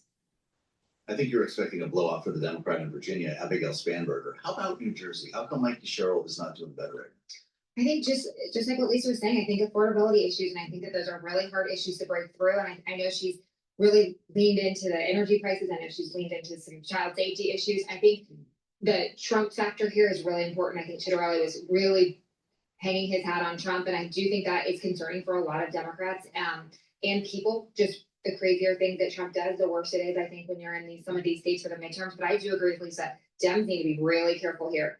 If they are victorious, like it is showing that they might be, they need to really watch and really hone in on those affordability issues leading into the midterms and not to stay comfortable. Understood. Does she have the energy, the charisma? Is she the right candidate? Because there's been a lot of questions about candidate quality here. I think she's great, and I think that she will be a great governor. She is very moderate. She knows what she's doing. She will govern on day one. I think she is a new generation for Democrats. She has a national security background. She brings different style leadership, and that's okay. And the Democratic Party needs that. And I welcome her, and I welcome Abigail Spanberger. Yes. And if they both are victorious, I think they are great leaders to look forward to for our party. Anyone who's living in Virginia area, looking forward to these ads coming down. Yeah. Lisa, where will New Jersey be decided?